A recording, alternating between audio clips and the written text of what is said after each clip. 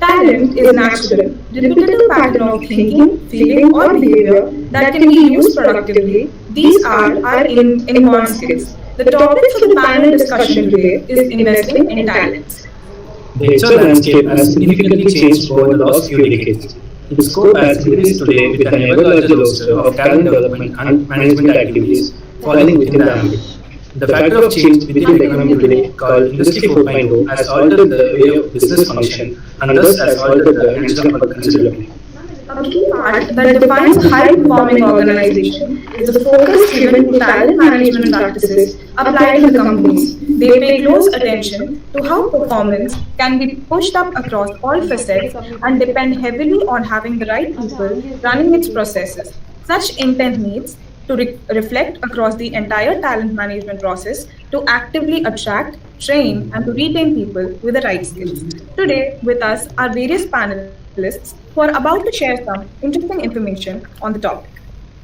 We have our moderator, Mr. Selvam George, Chairman, 5E Surprise. Our panelists, Mr. Kannan Manoharan, HR Manager, GMR, Mr. Madhusudan, Director, Lucid Software, Mr. Ganapati Subramanian, Regional HR, Sundaram Housing Finance, Mr. Rajendran, GM, HR and IR, JK Tires, Ms. Rachna Mittal, Director, Merget Advisory Services, and Head HR, Set and Lucas. Talent is multiplayer. The more energy and attention you invest in it, the greater the yield. Now I would like to call upon Workshop Second MBA to introduce our moderator, Mr. Selvam George.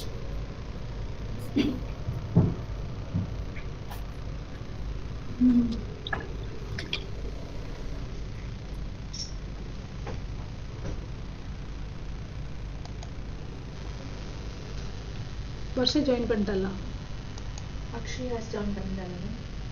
எங்க இருக்கா வருஷ Good day everyone. I'm so glad to take the opportunity to introduce moderator of the channel, Mr. L. Selvam George.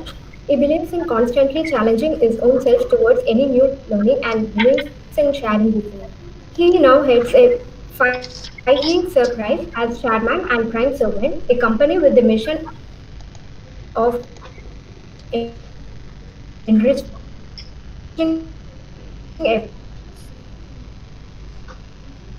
everyone, many companies. He has pursued nautical engineering, ME in aircraft structures, postgraduate course in human resource management at XLRI, in line with his passion for people's development. He has worked with multinational as well as leading Indian companies including TVS, Suzuki and Titan Watches, and has an experience of 20 years in corporate field. He is also the past secretary of the National HRP Network. It's our privilege to have you with us, sir.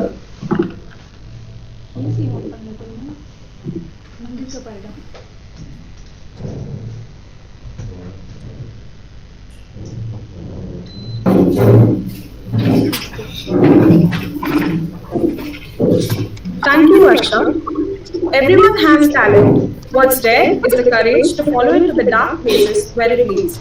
Bharat, the first MBA, is here to welcome our panelist, Mr. Kannan Manoharan.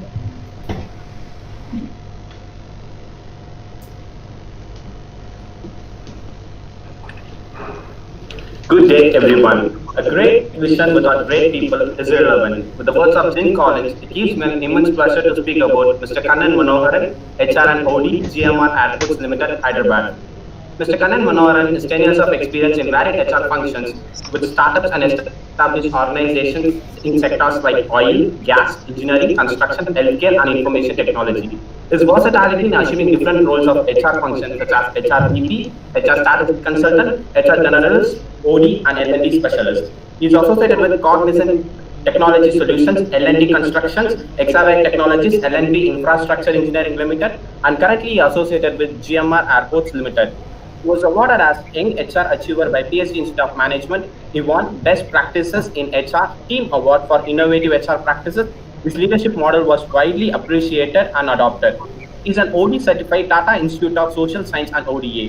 He did his MBA HR System in PhD Institute of Management, Coimbatore. He completed his Bachelor of Science Physics in Bishop Heber College, Trichy. He conducted workshops on Dasavatara, 10 roles of HR, managing manpower in challenging environment, analytics and big data, HR standpoint, and HR role and corporate expectations in various colleges. He crafted HR policies for startup organization and systemized HR process. He formulated a career development plan and taught other succession planning. While getting to know about Mr. Kannan Manoharan, I remember these words: dreams don't work unless you do. It's a great pleasure having you, sir, in Tarang HR. Congrats 2K21. Thanks for joining us, sir.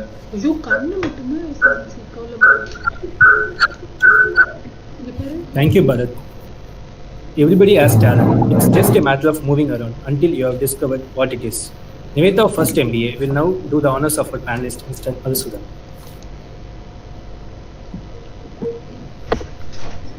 Good day all. I am pleased and honored to introduce our guest speaker for the day, Mr. Madhusudan, Director of Lucid Software. He had completed his BTech in Indian Institute of Technology Madras and PGDM in Indian Institute of Management Bangalore. He has his experience in working as quality manager at Musco, sales manager at Acre, deputy general manager at Lucent Power Systems, business manager at Satyam Infoway, and also been a head of European business at Future Software. He is also associated with American Society of Non-Destructive Testing, Indian Society of Non-Destructive Testing, and charter member TIE in Chennai. Lucid provides software solutions and services to the non-destructive testing industry. Their focus is on industries where safety is a critical issue and secure operations are must. He is renowned for his great customer interaction, quick learning, and skills to adapt. Once again, we welcome you, sir. Thank you for joining with us today. Thank you, Nivetha. Mediocrity knows nothing higher than itself, but talent instantly recognizes genius. Now I invite Harini of First MBA to introduce our panelist, Mr. Ganapati Subramanian.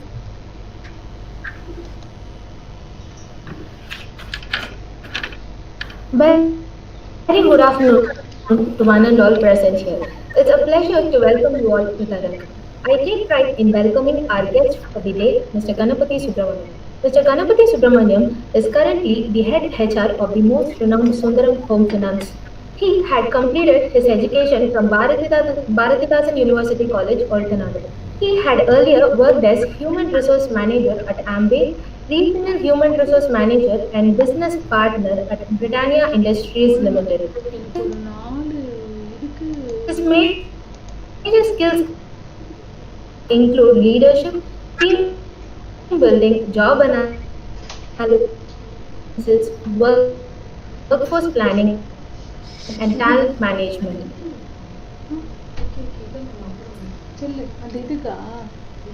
Dynamic HR professional. Thank you, Harini.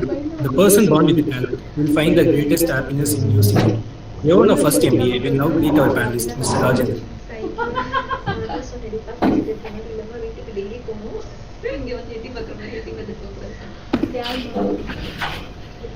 Good day all. It's a great pleasure for me to introduce Mr. Rajendra Ness. He is a General Manager, HR IR of JK Tires Industries. Beginning his career in NGO organization, he moved to Tube Investments, Rain Brake Linings, Grips Contract Limited. He has an experience of 30 years in the field of HR, IR, Learning and Development, OD and Change Management. He is associated with professional firms like CII, NIPM, EFSI networks. He holds his PG in Economics from Pachappa College, Chennai, PG Honors Diploma in PM and IR from Madras School of Social Work, and he also completed his bachelor's in law from SP University. We welcome you, sir.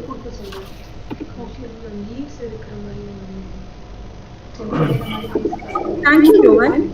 Everybody is talented because everybody who is human has something to express. Divya of First MBA will present our panelist, Ms. Rachna Mittal.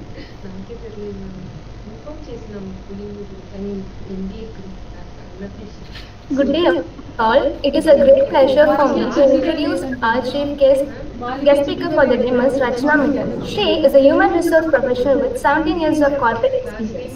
Her roles vary from migration of operations, project management, corporate trainer, behavioral accessor, performance management, talent management, business management, and psychotherapist to genetic brain profiling. She has worked with ABN AMRO, Royal Bank of Scotland, and Bank of America. She is currently the director of a company and a coach. She is a counselor, coach, mentor, and the director of a company, and believes that counseling is an effective way to deal with challenges people face every day. She uses many tools, including genetic brain profiling, and is an experienced learning manager with a demonstrated history of working in the banking industry, skilled in human resources, banking, and performance management. And she is a strong consulting professional with an MBA focused in marketing and finance from MOP Vaishnav College for Women. We are happy to have you, ma'am. photo வேணும் Indian express அனுப்புறதுக்கு காத்தால principal எடுத்தீங்க Thank you, Divya. Over to the panelists now. We are awaiting to hear your input. வந்துட்டு principal இருக்கணும் மெயினா Wonderful. Thank you very much for the good introductions, and thank you for the involvement, and thank you for being here for the knowledge enhancement. Investing in talents is an appropriate topic. Gone are the days when the mechanical power was ruling and people believe in technology. Man was a subset of technology. Going are the days of the information power and technology. Here is the day for people power believing in talents, because if an organization is built on 5 M's, men, material, method, money, and mission, man or woman included is the only one who can manage by itself or herself or himself. All the other things have to be managed. And in these days, it's more prevalent that whether leaders can influence me or whether they want to manage me, question. So at this era, how we are going to invest on talents, how we are going to ensure the return on investment to organization, what could be various methods? We have 4 experts to talk about it. The talent management may have the planning, the acquiring, the developing, the deploying, and the retention. So people may talk in any of these, and then in the panel discussion we will go in these steps. So without much time taken by me, I'm going to ask first Kannan to speak, and students, if they have any questions, they can either put in the chat or send it to Nancy in the group, and then we can take it up. So the sequence will be, first, each of the speakers will speak for 5 to 6 minutes, interlude by me for 1 minute, and then we will have a panel discussion. I will pick up something from what they talk, and I will get into a dialogue with them. And more than one speaker may answer for the same question, because everybody has been experienced in these things. And in the last part, we will open out for the students. Either they can vocally ask or send messages. Over to Kannan. We are eager to listen to you. Thank you so much, Mr. George sir. So hope I'm audible first. Yes. And my network is a little poor, so I'm sorry I was not able to respond to the person who introduced me. As always, it was good to hear, so thank you so much. And feeling very good to be in this room full of HR veterans as well as young minds.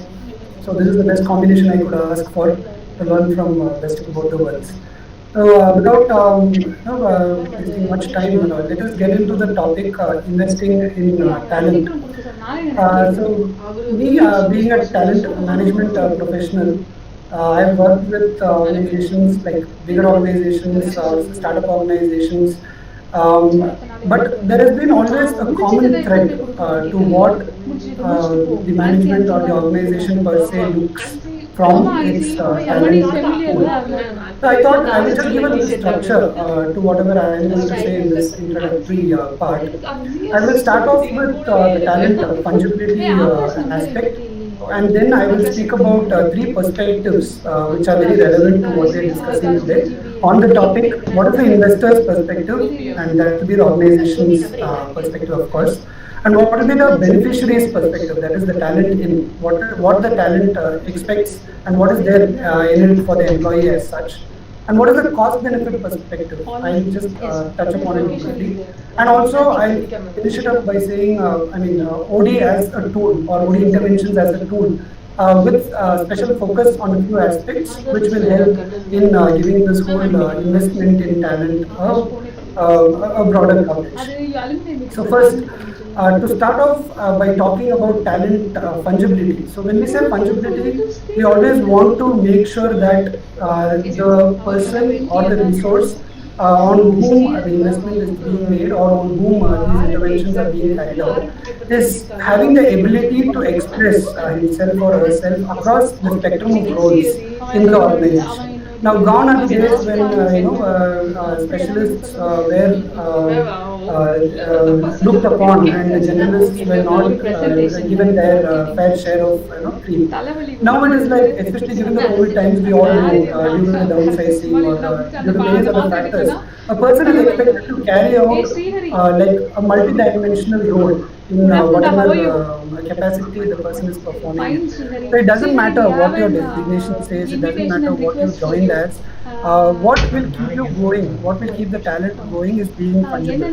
Like the organization wants the talent to be expressive on multiple fronts. And as a person, for me to be employable when I step out, I also want to make sure that I am selling myself properly and branding myself properly. So that is one important aspect of the talent. The talent being fungible is one aspect. That is where I thought we should start this discussion on. And then, as I said, there are three perspectives. So first, let us look at the investor's perspective, the organization now. Always the consideration for the organization is how do I maximize my bottom line? Whatever the discussion is, it will come down to this. So when they are giving, allocating a training budget or approving some L&D initiative, because leadership initiatives are like cost a bomb, right? So they always ask the question, how will this so that is the investor's perspective when it comes to the talent development or management as such. So all they are interested in knowing is how I can increase my bottom line, either by ways of utilizing the resource much more productively, or utilizing the resource across the spectrum, or preparing the resource for a future role which I can do it internally rather than scouting external talent and paying a premium for that particular exercise. So this will be the organization's take when they look at this particular aspect. And this is the most important one, as a beneficiary or as a talent. What is there in it for me? See, there were days when people used to stop by asking, what is my CPC? Okay, this many lakhs I'm done.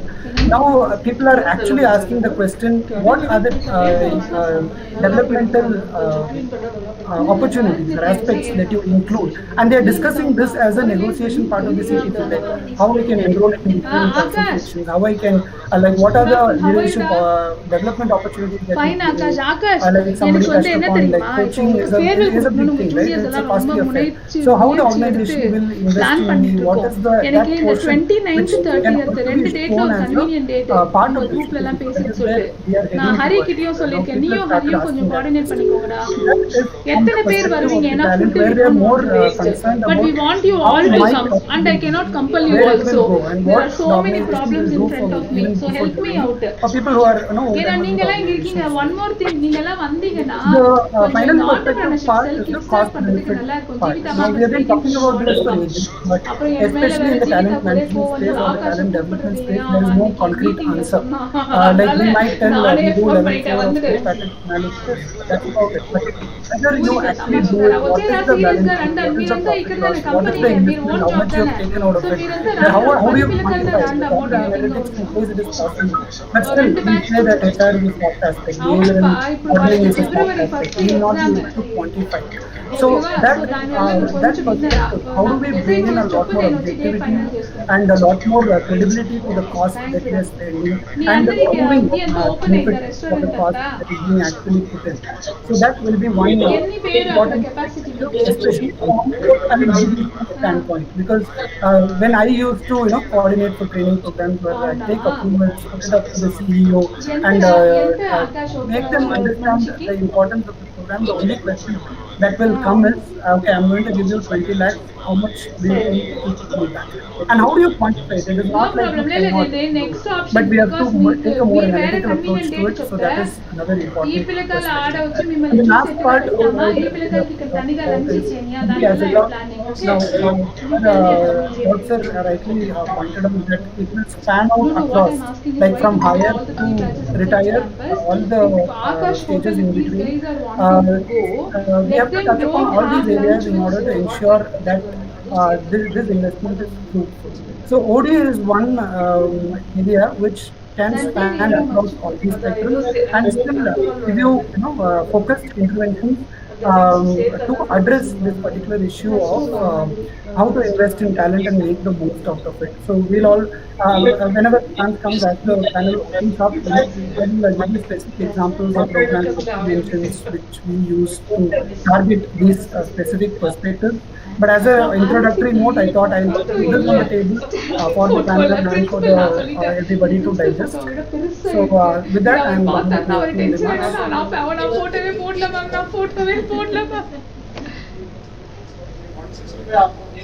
Wonderful. Thank you, Kannan.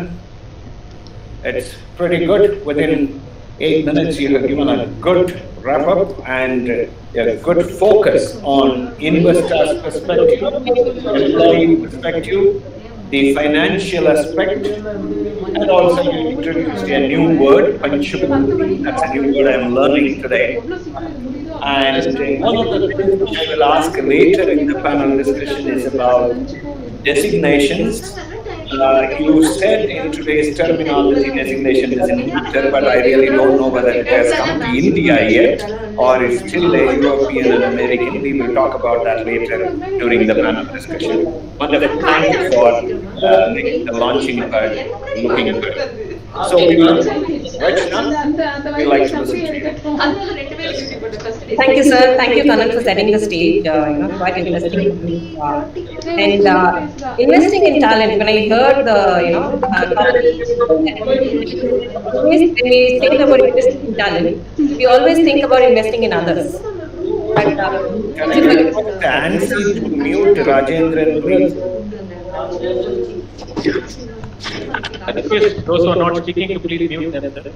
There's a lot of background noise. Thank you. Thank you, sir. So investing in talent, here I have another perspective of investing in self. I will just start with a story, a 1-minute story, which stuck on to me for quite some time as a trainer. So there's this monk who has a disciple and he's been there with him for long, and one day he decides, okay, I want to go back to my family, and the monk gives him a mirror saying that whosoever reflection you see in the mirror, you'll get to know about them, what they know, what they don't know, and their emotions.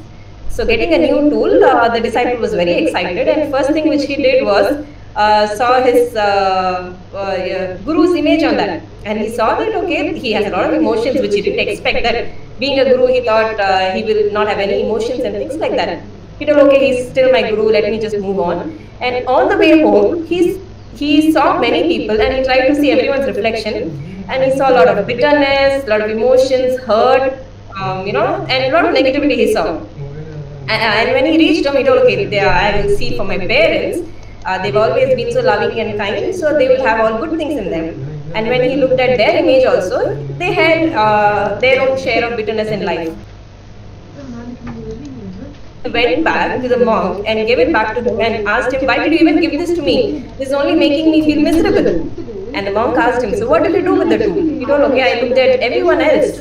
And the monk said, I actually gave this tool so that you look at yourself every day morning and understand, okay, what is it that you need to work on? What is it that is going within you? That was a very reflective story for me, that we always, when we talk about talents, whether it be HR, whether it be corporates, we always think about this team has to get trained on this, that team has to get trained on this. And I think somewhere when management starts realizing, okay, even I have to work on myself, that is where coach and these counselors and mentors, everyone comes in. And also, one more thing which was very interesting, which I realized when everyone was getting introduced, I think most of us have studied something and we are actually into different fields. And that brings me to the point of, do we know our inborn talents, and do we have the courage, to take in what we want to do in life. So yeah, I see a lot of young, management students there. I've been an MBA and I did marketing and finance, and I always thought I would, want to get into and do some balance sheets. But as and where I grew in the organizations, I understood that no, that was not my passion, and I moved to HR. So one thing which I would want all of you to go back and even look at within yourself is what is it that you want to take up as your career. Yeah, there sometimes whatever job we get, we take that, and as we grow, we understand what is our ikigai, what is our passion, and then we take it to the next level. So that is where I would want look into yourself and start seeing what is it that you want to do, what is it that how you want to invest in yourself, and also in today's world, whatever skills you acquire, as per a research from Gartner, any new skill you acquire gets off the market within 3 years. Where I think our parents would have spent 3 to 4 years just acquiring a skill. Now it just takes 3 years for the skill to be absolute in the market. So are you even in line with what's happening in the market? Are you updated? So these are the things I would want to leave to the students as questions. Thank you, sir. Thank you, thank you. That was just 4 minutes, but a lot of things. One thing I learned, it all starts with you. So one of the basic questions to the audience, who is responsible for my career growth? It's me or it's somebody else? Is that HR? Is that L&D? Is that my boss? Or is that me? So that's one of the panel questions which we will take later. And if she can quote Ikigai, which has 4 circles, let me minimize to 3, passion, skill, and need. The passion is very personalized. So each individual will have a career aspiration based on his passion. But the skill which is required for the organization based on the need could be different. So when there is a clash, what we will do as practitioners can be a question later, definitely. And if we have to really move from the 4 stages of learning, that is unconscious incompetence, to conscious incompetence, to conscious competence, to subconscious competence, if it is passion oriented, the journey is very smooth. If it is not passion oriented, if it is pushed by a demand in the environment, possibly the struggle is, hey, can I have some work-life balance? So we will have a lot of that to talk about later. Good for liberating those questions. Now let us listen to Mr. Rajendran. Over to you, sir. Yeah, thank you very much for the opportunity given to and especially for the Dr. Avaleshwari. And the right topic, the current trend, the talent, naturally it's required. Unless a talented people, the organization may not take it up. Similar to that, it applies to everywhere, even for the family, even for the college, even for the institution. So talent plays a major role across, wherever you go. In the recent Deloitte report, only 14% of the executives believe that the traditional organization model with hierarchical job levels based on expertise in a specific area makes their organization highly effective. This shows that the companies that perform better than their competitors are by busy building practices that enable them to address the current needs while preparing for the future.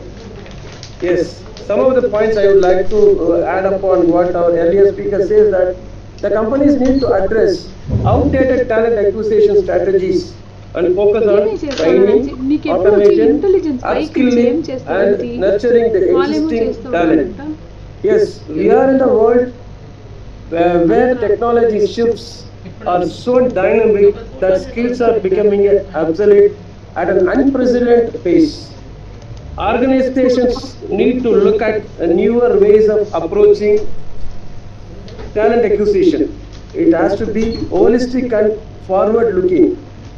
A blend of sourcing a new talent with a strong learning on hiring people who have the ability to learn new skills and adopt the new technologies which may not even be defined today.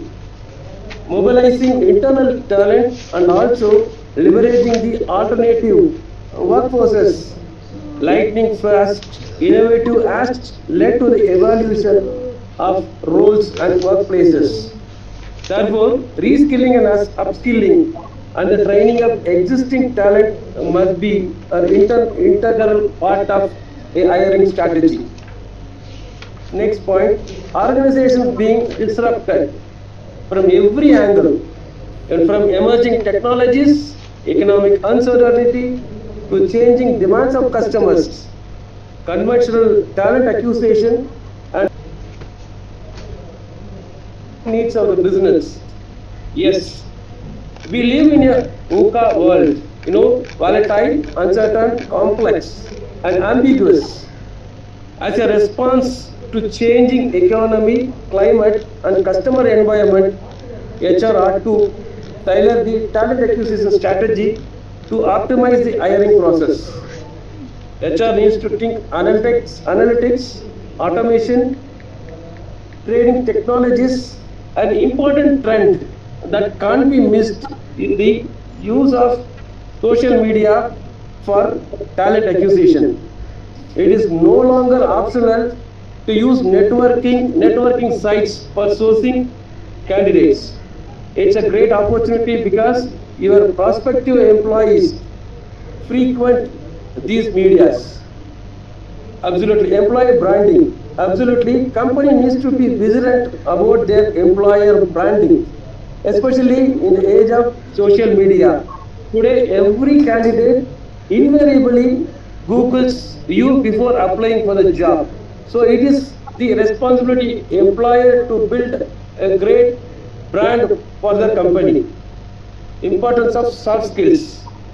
As we look for mindsets that can adapt to change, open to learning new technologies, collaborating across teams, assessing soft skills becomes extremely important. Yes, other important point is artificial intelligence set an impact every aspect of HR and talent acquisition in particular. A rise of next-gen technologies and its role on HR in general. AI and the next-gen technologies are moving from just automating transactional activities to now using the data and analytics to be able to predict in the best fit talent, something that has been traditionally a subjective process relying on the interviewer's judgment or instinct when talking to a candidate. Future of talent acquisition. Definitely, it's a big challenge for HR. Top HR challenges is coming up and organizations face when it comes to talent acquisition and recruitment. The talent acquisition in future would be a mix of retaining and reskilling the existing employees and balance that the creative approach to their engagement with an ever shrinking external pool to be able to stand out in the job market as an aspirational employer. Talent acquisition should look at embracing technology judiciously to automate traditional and repetitive process, allowing recruiter to use their time in candidate engagement and spreading time with business to understand the business better. Finally, technology can help leverage data and analytics in planning the hiring. Talent strategists would need to be able to flex and respond real time to engage the job seeker better. The key to building organization for the future. In a report by the Deloitte about organizations of the future, only 11% of the survey respondents admitted that they know how to build an organization of the future. To become the organization of the future, the first have to evaluate their performance. Becoming an organization of the future does not mean anticipating the future and being prepared for it, but functioning as if the future is happening now. Organization that derive the performance based on the future forecast are the most high performing ones. Hence, it's safe to say that HPOs, that is high performance organizations, can ideally be called for the organization for the future. Absolutely well-networked teams, a journey that ensure HPO. Networks are replacing the hierarchical structure in the organization. Teams that do not only have cohesiveness internally, but externally as well as also facing the need of of building an HPO. This requires an organization-wide, well-connected network where employees feel safe and secure. Following are a few characteristics of a well-networked team. Also, transparent goals and projects. Teams that have clarity and transparency connecting objectives and projects undertaken are likely to be more productive. As the cohesiveness not only takes care of the conflict resolution but also becomes motivating factor to network in the organization. Free flow of information and feedback. Feedback and information are two pivotal elements for an individual to grow. If employees experience continuous growth, their values and mission ultimately align with that of their organizations. So these are my points. We will be a little later discuss based on the questions. Thank you, sir. Over to you. Thank you very much, Rajendra. Wonderful words of wisdom. I think people who are experienced would have appreciated your inputs much better. A lot of good points within short time of 7 or 8 minutes. Wonderful. I like that.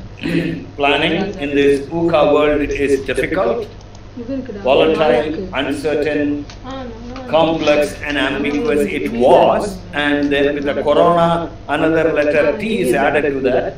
Totally volatile, totally complex, totally ambiguous. And planning is always about the future, as you rightly said. And if it's the present one, then it's become a problem solving. When the VUCA world, even the factors which are influencing the business are not so certain, how we will be doing talent planning in line with the business planning? Very good question. We will talk about that. Some of the experience sharing will help. And you also brought in the AI and IoT, which could help in this regard to a little extent, which is good. And in line with Kannan, you also said, people are asking, why should I join this company? What is a compelling reason for joining this company? Compensation is one of the hygiene factors. That's not the motivating factor. So what is the USP? How I am projecting the USP? How I am using the social media to build that employer branding or the attraction power or for the recruitment? A lot of good questions. I think we will come back to all of that. Wonderful. Thank you very much. And we will listen to Mr. Madhusudan.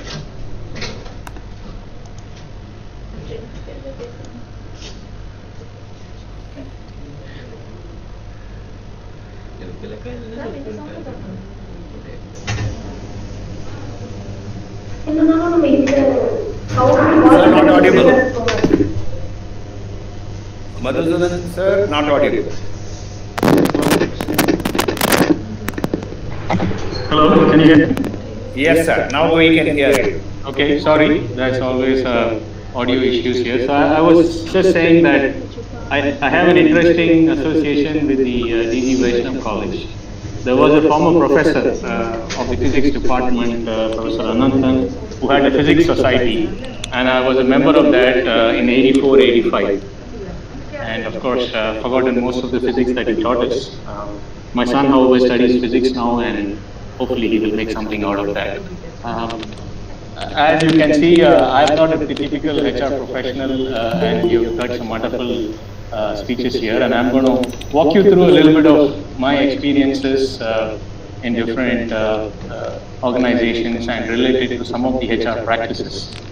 So my first assignment was in the big steel plant in the western part of India called Mahindra Eugene Steel, and it was a very interesting place.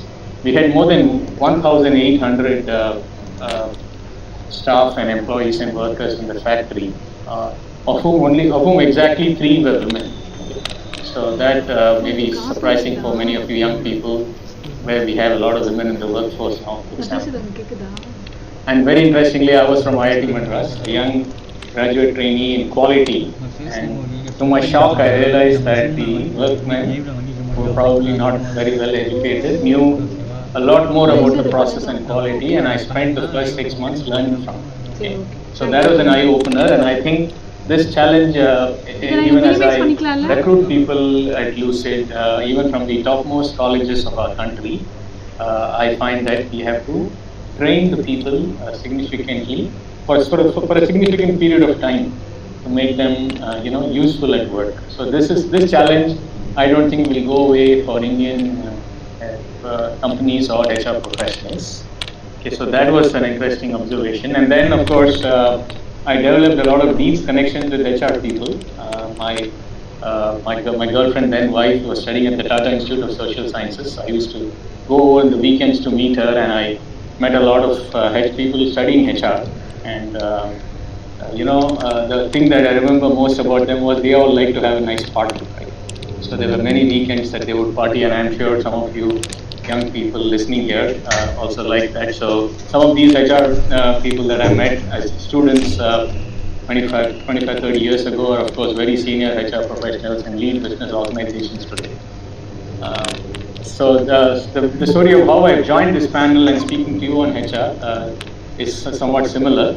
I was at a conference hosted by the NIPM Chennai chapter a few weeks ago, and I spoke on entrepreneurship and innovation. Both are topics close to my heart, but here I am a few weeks later speaking on HR practices. So that is an interesting learning for me. My second experience that I would like to recount is with the Eicher Group. I don't know if you're familiar with this, but 20 years ago, the Eicher Group, which used to make the Eicher tractor, the Eicher trucks, and now of course also makes the Bullet motorcycles, they had some of the best HR practices, and the people who were HR managers at Eicher were very, very highly spoken about. Good morning, sir. Am I audible, One of the interesting facets at Eicher was that the way they would train the people, for example, to move from the staff cadre to the executive cadre. Right? So the executives or the officers at Eicher were all part of the holding company, and of course the staff and workmen belong to the specific company, be it Eicher Motors or Eicher Tractors, etc.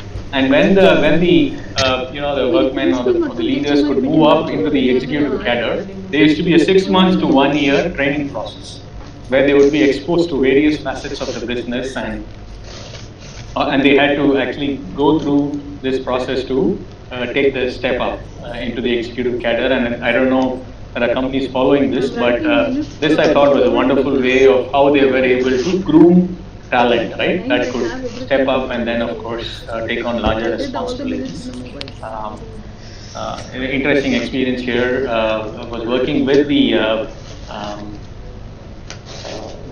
German company Volkswagen, with whom we were looking to do a joint venture. And when I visited those factories in Germany, that's the first time I've seen women on the shop floor. Probably it's not such a surprising sight anymore, but in those days, I mean, this is not very long ago, right? It was unheard of for women to be on factories, in factory shop floors, and then of course, so that is an interesting way to see how we have started to utilize talents in our country now.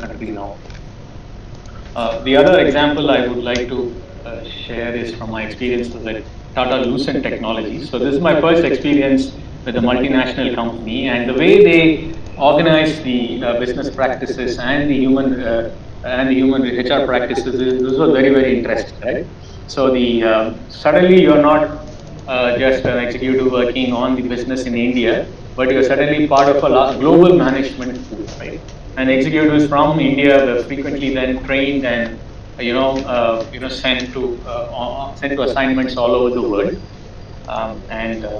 Since this was a joint venture with the Tata Group, we as a management, middle management and senior management used to get regular training programs at the Tata Management Center. And that is where I've had the experience to listen to world-class faculty, one of whom left a very great impression on me. Professor Jagdish Sheth. Students of management should know him. He's one of our marketing gurus. He used to teach I think in Atlanta, and I think very recently one of the Indian management institutes have also named their school after him. So he gave an example of how people could contribute to add value to their organizations, and how you should ideally, highest impact is in areas where an individual can make a significant impact, not so much in a large manufacturing company. The net result was I was so inspired by his speech that I quickly changed track, and I left Lucent Technologies and moved into software and IT. And this is, of course, very interesting situation. I worked extensively in manufacturing and operations, and there, of course, people are important, but there's also a large amount of machines and money that is required to keep this functioning. Right? So, in theory, people you could train and replace them. But when it comes to services or software or the knowledge businesses, now everything that you have are people.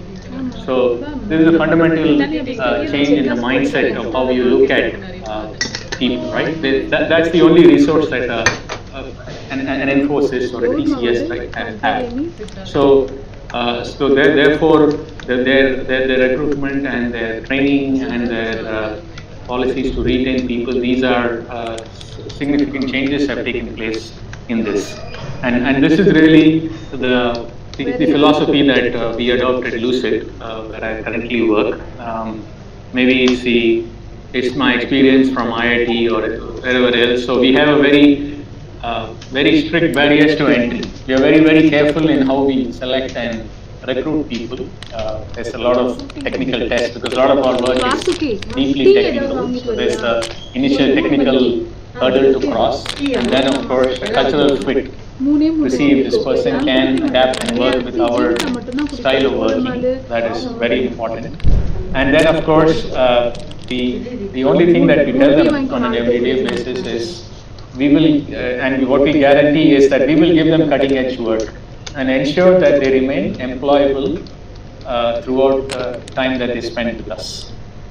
So this is something personally that I have also tried to keep a focus on in my career, right? Is to keep abreast of happenings and to be constantly at the cutting edge of knowledge in whatever industry or area that you're working in. And that's the philosophy that we adopt in our training practices as well. At staff that who work with us, we ensure that the technologies and the skills that they develop are always at the cutting edge, because we hire a lot of bright young people. Some are going to leave us to other jobs, and others are going to maybe study further. So just maybe I'll leave you the one last story. So this is one of our success stories, right? One of our engineers, I worked with us for a few years, and then he worked with a couple of other organizations, and then we hired him back at a very senior role. And the first thing he told me was, Madhu, I have worked in many companies much larger than Lucid, but I've never done more interesting or challenging work than at Lucid. So that is what has brought me back. So this is really the metric. This is one of the metrics that we target, right? And of course, it's very, very important for the business to stay abreast of new technologies. I'll leave you with a couple of thoughts. So one of the things I always recommend to young business students is that they should develop a reading habit. And I have a list of favorite books that I recommend. And especially for people those who are interested in organization or HR careers, my very favorite book is a book called The Maverick. It's written by a Brazilian entrepreneur called Ricardo Semler. And it's a wonderful story of how he has built and developed his organization. And it's got wonderful insight on organizational structure, what should be a span of control, on compensation and benefits. So practically every aspect of developing a good organization, he has explained it very, very wonderfully, and is one of the great big success stories. So maybe that on that note, and the second, my second and last tip, okay, really the last one for students, especially taking up HR, is to be to consciously develop an understanding of whatever businesses they work for. So this is sometimes a challenge I have seen in my experiences with different organizations, that the HR team, often has not kept abreast with the latest happenings in the business or the world of technology. I'm sure you young people are going to do it differently, but that would be my advice. Thank you. Thank you, thank you. A lot of good sharing in the last 10 minutes. Your personal experiences as well as the inner feeling as an entrepreneur, the expectations from HR. And I like that they are applying possibly what Rachana said, the ikigai to your people so that they love to stay because the work they are doing is interesting to them. And recruiting young for the future leaders, because many a time the leadership at the top has a question: should we have to recruit for competence from the market, or should we have to recruit with culture homegrown? So Asia and many other companies also followed the culture compatibility is much more important than the competence, because the next level and the next to next level will have the competence if you have the right culture for leadership.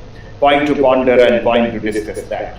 Murmurik is a wonderful book, again quoted by written by Semler and quoted by you to the students. This book is basically saying no rules is the only rule in that company. Can you believe that? And you can fix your own salary. Can you believe that? But many companies followed that model and failed also. We will talk about why one model does not fit universally to everybody, how it should be changed. That also we will talk about. Wonderful, wonderful insights.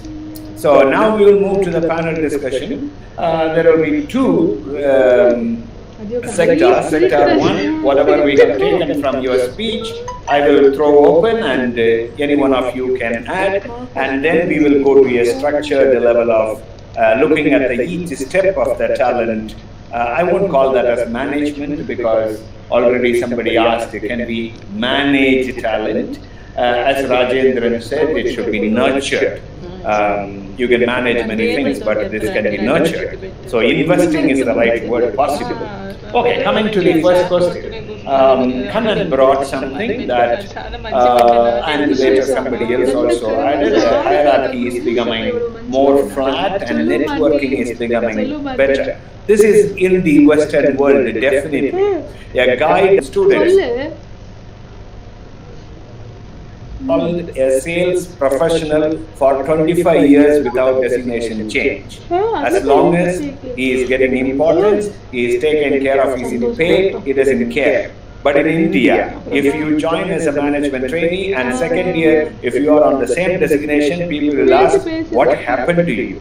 And if you are an executive and if you don't become a manager, okay, I will give my girl to another guy who is a manager rather than to you. In the marriage market also it matters. So if we can get into that utopia where designation doesn't matter, possibly yes. One of the organizations have everybody except the MD named a team member. And it worked very well, but only for 3 years. Because a vendor will go and ask for a purchase guy. Who are you? I am team member in purchase. Can you take decision? No, my next level. What is he? Team member. Call that team member. So then next team member, it goes on. So over to you. First, have you managed anywhere, or it is manageable, that designation can be taken away, hierarchy can be reduced, as Rajendran said, network can be replaced, meaning of work can be first rather than all these titles. Over to you, Karan. Q&A session. Yes, thank you for putting that point across first. So when I made that remark, it was very specific to a situation which we are all going through right now. So I'm sure many of you all are managing HR or teams or even otherwise from any other capacity. We have seen that people are expected to do more. Okay, in the sense, it is not just what to say, richness in their own profile. They are expected to deliver across the spectrum of work. For example, in the team whichever I am right now also, because of the situation, we are having to contribute in multiple other aspects. So I'll take myself as an example. So I joined as a OD professional here, right? So my only job when I joined, so I joined right at the bang of pandemic. So March 2nd I joined, and March 20th everything goes for a toss. So that is with respect to my career here. When I joined as an OD professional, I would have easily restricted to that particular role, right? I only do OD. But what is the point when there are so many problems around, the business needs to be managed, someone has to take care of the COVID. COVID itself became a separate activity in many of the organizations, managing COVID as such. So there were task forces, there were emergency units. So from HR, people had to manage it, and someone had to do program management for the others' offices or even for your own office.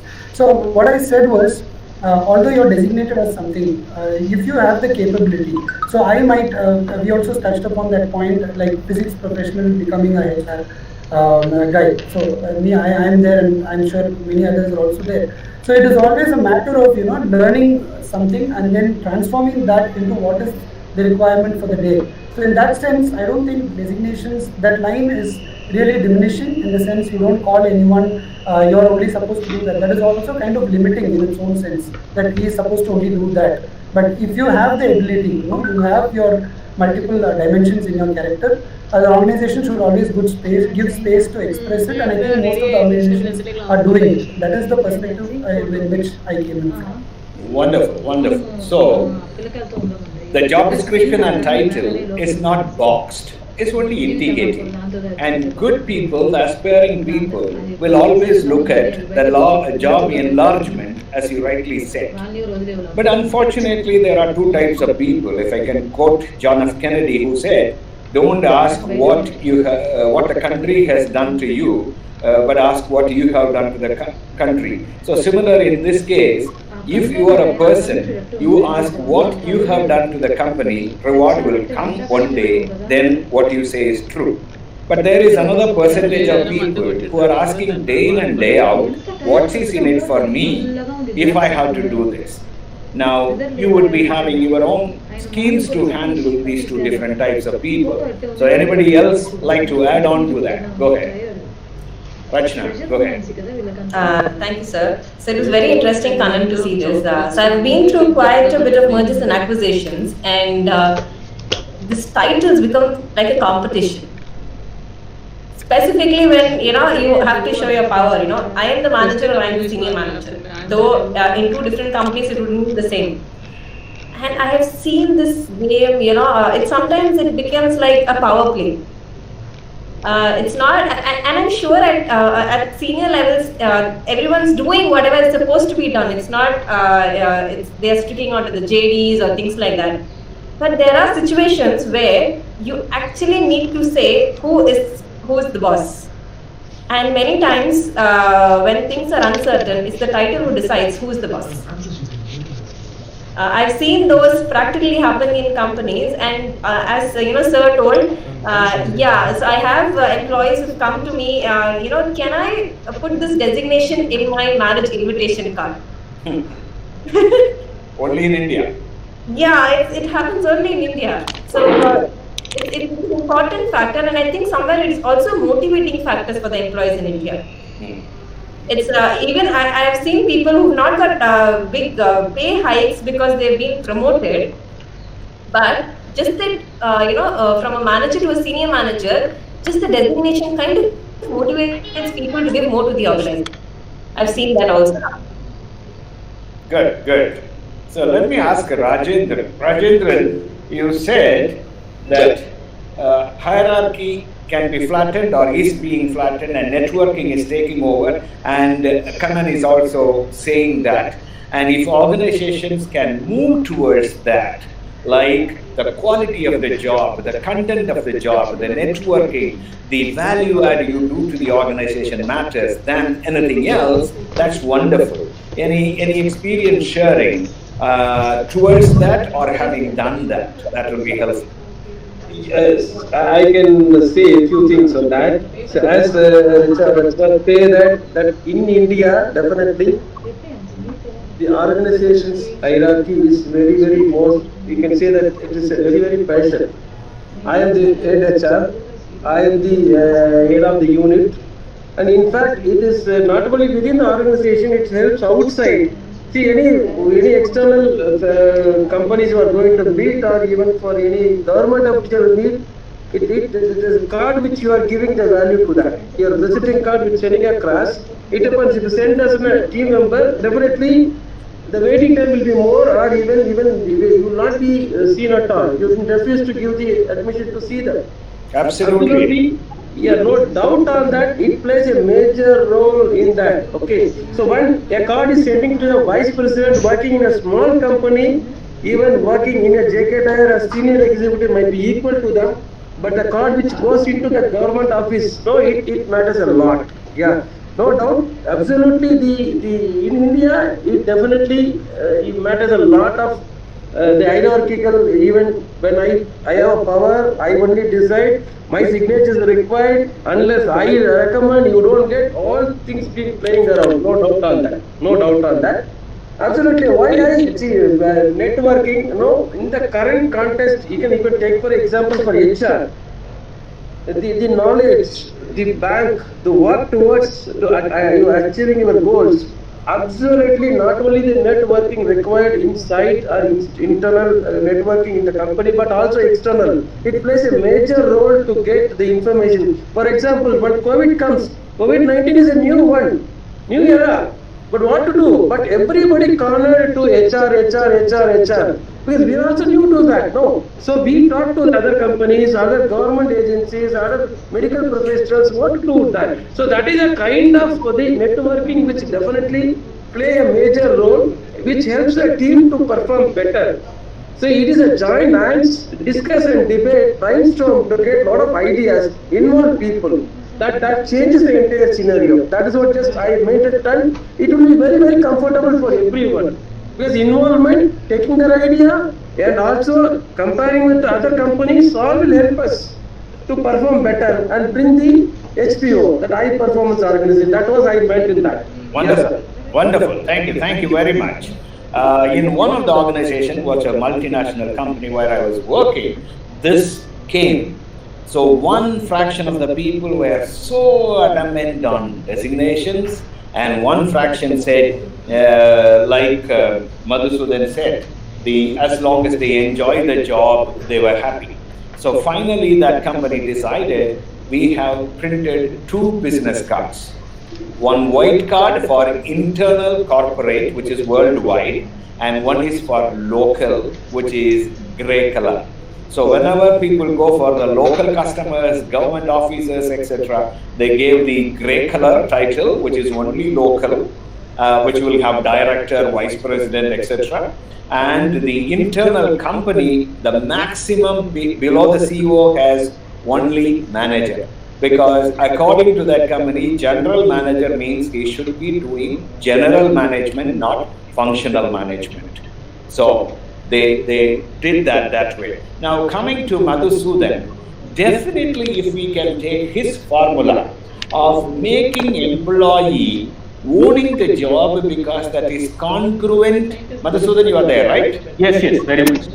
If it's congruent to his passion or liking, and his skill is being utilized in a meaningful way, and the organization is recognizing. Recognition need not be monetary, even a pat on the back and the smile and asking his opinion could be recognition. Now, if they can build that, that is utopia. Can we listen to him? Some inputs on how he managed that. Sure. Just maybe I just interject on the previous topic as well. So, at Lucid, we don't have a formal hierarchy. It is easier in a smaller entrepreneurial, I admit that. So my card does not have a title. But on the other hand, if people need a title to interact with the outside world, they are free to choose it and apply it. So we do not prevent that. So, and especially for the same reason that Mr. Rajendran said that we need the designation to get into offices, government, etc. So we do indeed have cards which carry that. but in theory or technically we do not have hierarchy and designation. So the most important way this is enforced is project teams are formed based on competence. So even a junior engineer who joined us only a couple of years ago can take up the leadership of a project and have the senior most engineer in the team develop a piece of the software or a component of the software for it. So because in that particular project, the team leader, so the senior engineers also recognize that. So saying so that they need not necessarily be the technical leader on every project. And more importantly, being a technical leader or leading the project leads to a lot more paperwork and administration. So many of them are cognizant of that. So therefore, this is the way that we have managed it. I have also been in organizations where, for example, sales people especially were allowed to carry a designation higher than their internal designation, because the world outside needs, needs to be impressed by designation. So both of these we have done. Wonderful, wonderful. So, if I can understand correctly, you have created an island within the corporate world, because normally a senior working on a project with a smaller guy on the lead role is unless you create a culture to accept that, it's not possible. So culture building makes a lot of difference as part of the OD intervention. We will see that later. Very good input. Now let me go to the next one, which Rachna brought. Whose responsibility ultimately? Talent management. Because talent management itself is not the right word, some people say. Skill can be developed, talent can be nurtured, because the difference between skill and talent has a shade with a passion. So the intersection between the passion and the skill is the talent, which come naturally to people. So the journey of that from incompetence to competence or the higher level is easy. But unfortunately, when 1,000 people are there in an organization, there could be 1,000 aspirations. Some of them may be within the organization perspective. Some of them may be even outside the organization perspective. So how we will handle that? Well, coaching helps, counseling helps, and how we can establish that it is primarily the employee responsibility and supported by the management, or if any other views saying that no, we are the godfather, we will take total responsibility from company. I'm open to hear that. So we will start with Rachna. Thank you, sir. Yeah, from incompetency to competency, as Mr. Madhusudhan had told, training, is very important when you hire people from anywhere, be it, the topmost colleges in anywhere, we give the training. However, we see once we might have hired 4 people from the same college, but we find very quickly someone is able to move up the ladder or get into bigger projects, and someone is very complacent and sitting in the same projects. And sometimes when we go deep and find out, there is this person who's keen to move, learn, and explore things, and there is another who is okay. If you teach me, I will do. So that is where happens, and whether someone needs to be managed, motivated, invest in talent or nurture the talent. And I think this during this work from home time, there have been so many trainings which have happened in free. Literally, I get messages every day that just come for the sessions, and I have seen some people very enthusiastically being enrolled for a number of training, and they've been saturated. I know once work from home had started, I think it was 1 month where people were struggling what to do and what not to do. But quickly, many people got certified on many things, and I think today cost is not the issue. There are very few trainings which really have a very high cost. If you go explore Google, or if you go look out for people who are there to share the knowledge, and YouTube has everything. So I think it is my responsibility, each and everyone's responsibility. If I want to grow, I need to spend time, effort, and money. So it's no more only the money factor which is involved when we are investing in talent. It's also the time and effort which the management and the individual are ready to invest in themselves. Absolutely. Good. In many of the companies, when the training is floated, it's the employee's option to attend. No more the manager is to force and then call 5 minutes before whether you are attending or not and giving lame excuses. All that is gone. If the training the companies. But how to get that ownership to the employees? Any idea from any one of you? How to shift to the ownership that it is primarily your responsibility. We show the platform, we give you the instruments, but you have to navigate. You are the pilot. Is it possible to bring? Should it be? Or has it been done? Over to possibly Kannan. Yes, I wanted to pull out a specific example with respect to this discussion. So when we are talking about ownership, whether it lies with the individual or with the organization as such, and so I'll start with the program that we enabled. So we called it Catapult. So it was a career progression exercise. Okay, so when we launched the exercise, we wanted to project a path. Okay, all that the HR team or the management will do is lay the path before you, telling from point A to point B. If you have to go you're in point A, if you want to go to point B, you have an option to also go to point C. You have an option to also go to point D, given you are ready to work on these competencies. So somebody also spoke about the competency aspect. So the competencies are listed for point B, point C, and even at point A, wherever I am, a competency rating is done. So you know where you are, and to get there, you know what the gap is. So if you're ready to work, we are ready to give you the interventions. So now that most of the things are online, it is no more like 10 people have to come for me to run this out, 20 people have to join for me to conduct this program. That is gone. So everything is online, everything is digital. You can just go ahead and equip yourself. The path we will show, how you have to, what you have to do. But doing is something that you have to do from your front, and we'll help you in handhold you in developing your individual development plan. We'll help you in figuring out those multiple paths. But end of the day, whether you do it or not, it is dependent on you.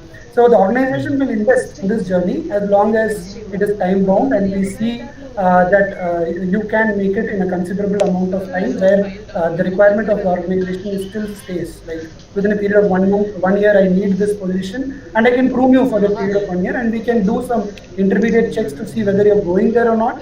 If it is practical, feasible, we go ahead and execute that. If it is not, we let the person go at his own pace. But again, we'll have to scout the talent for otherwise.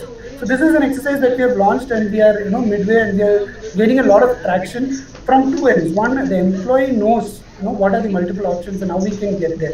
So the onus on the organization is to present the opportunity. The onus is on the talent is to take it and grow if he wants to grow. Otherwise, organization always has its options open. So that is one thing. Wonderful. So we provide the pathways, we provide the menu. He has to choose based on his career aspirations. Wonderful. Now let me go to the phase 2. The various stages of the talents and nurturing talents. Phase 1, planning for talent. Now let me quote Rajendra, who talk about KUKA. It is completely volatile. We really don't know. The long range plan earlier was 10 years. Today we are talking about 1.5 years, 2 years is the long range plan. And short range plan maybe tomorrow morning, I don't know. In this uncertainty, if talent planning is a subset of business planning, how we are going to do the SWOT analysis for the business plan? We are going to have the foresight for the business, how we are going to make, is there any time you have planned for something and you have to change in between, or constantly changing mechanism we have in the human resources planning? Any one of you like to volunteer? I like to listen to that.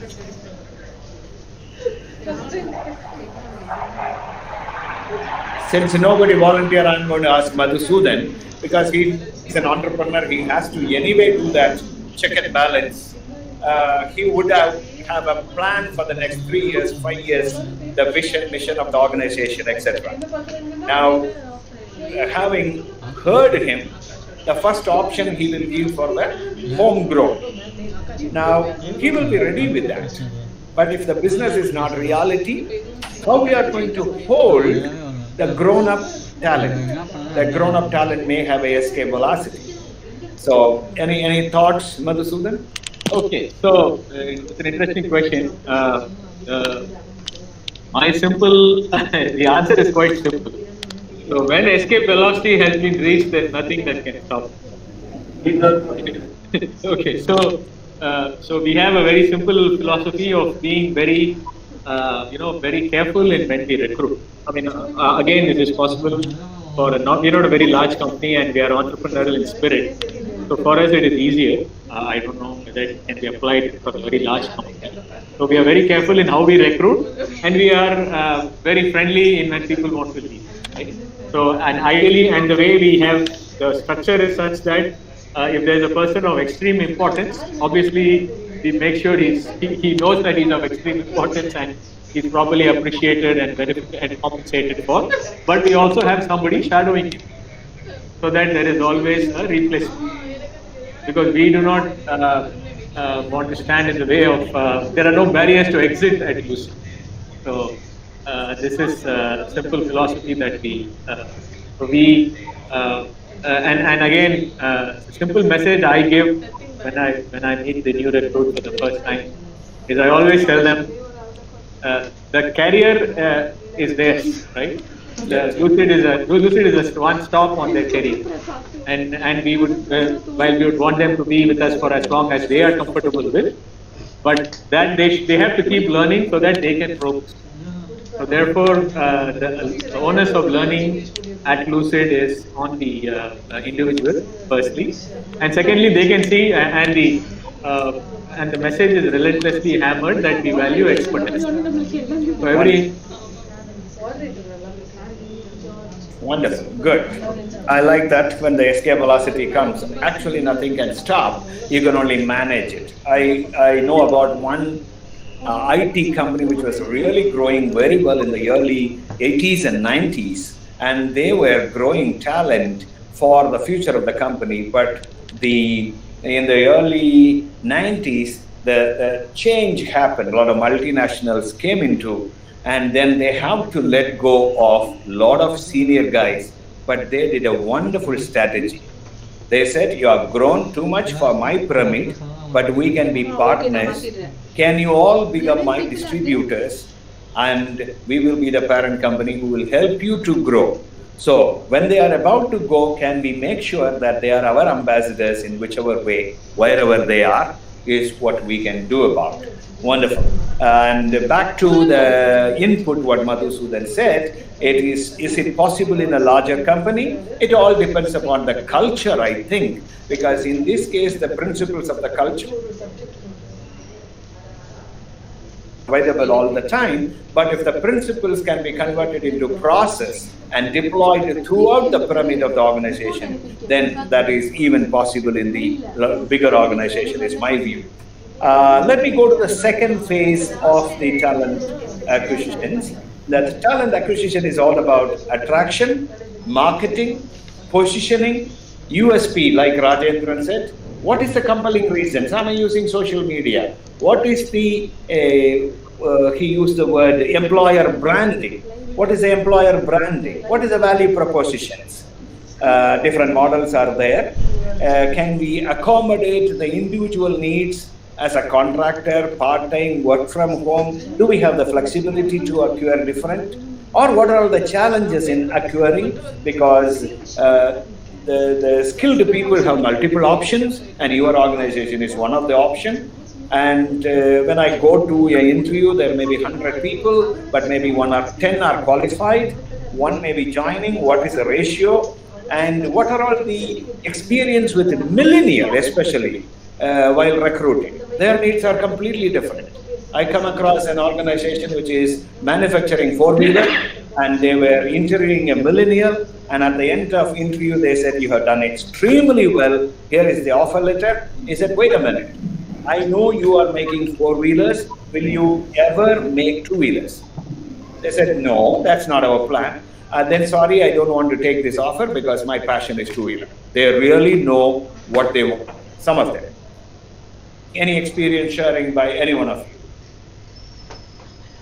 Kanan, do you like to share something? You and Rachana are closest to the millennium. So I've had a couple of experiences on this front when I worked with a startup organization and later in a bigger organization as well. So the key to this is finding out what are the motivation and hygiene factor of the person whom you are recruiting. There is no thumb rule to say that an organization might offer. Might think and offer something on the table, thinking that this is what is going to attract talent. So in the smaller organization, what we used to do is having behavioral based interviews where we ask questions very specific to what motivates that person and positioning the packaging accordingly. We have done that successfully when I was working for the oil and gas startup early in my career. So later, when it was with a bigger organization, we usually now most of the organizations do this kind of a behavioral questionnaire before the employee joins, and mostly the utilization of that report is to find out whether the talent matches with the organization's outlook in terms of culture and whether the climate suits the incumbent or not. But we gave it a little twist and also try to understand what motivates this person to do that job change. Whenever a person is looking for an opportunity, he is looking for something in specific, and always 80% weightage will be associated to a particular factor. If you are able to single that out using any technical methodologies or even your interview techniques, we can surely address that in ways of positioning our packaging. It's not like you have to tailor make the package. Whatever is available on hand, it is just the points that you highlight, prioritize, and sell that particular position to the person. Wonderful, wonderful. So back to Madhusudan's question, this flexibility of adjusting, is that only for smaller organizations or even bigger can do? If there is a structure, they can also do, I think. Am I right? Yes, sir. I would like to state something here. So I think bigger organizations are trying to bring in a lot more flexibilities. They are open to part-time jobs. I know a lot of bigger companies, even before COVID, they had a lot of employees working from home. I know my friends who go like once in a month or once in 3 months to office. It's just work from home because that suits them. It was not just not during COVID, even before that. And I know a lot of companies are spending time, specifically I know for diversity, a lot of flexibility, like returning moms, they get choose, they get an option to choose for how long they want to take a maternity leave, and they are welcomed after that. And after maternity leave, do they really want to work full-time or part-time?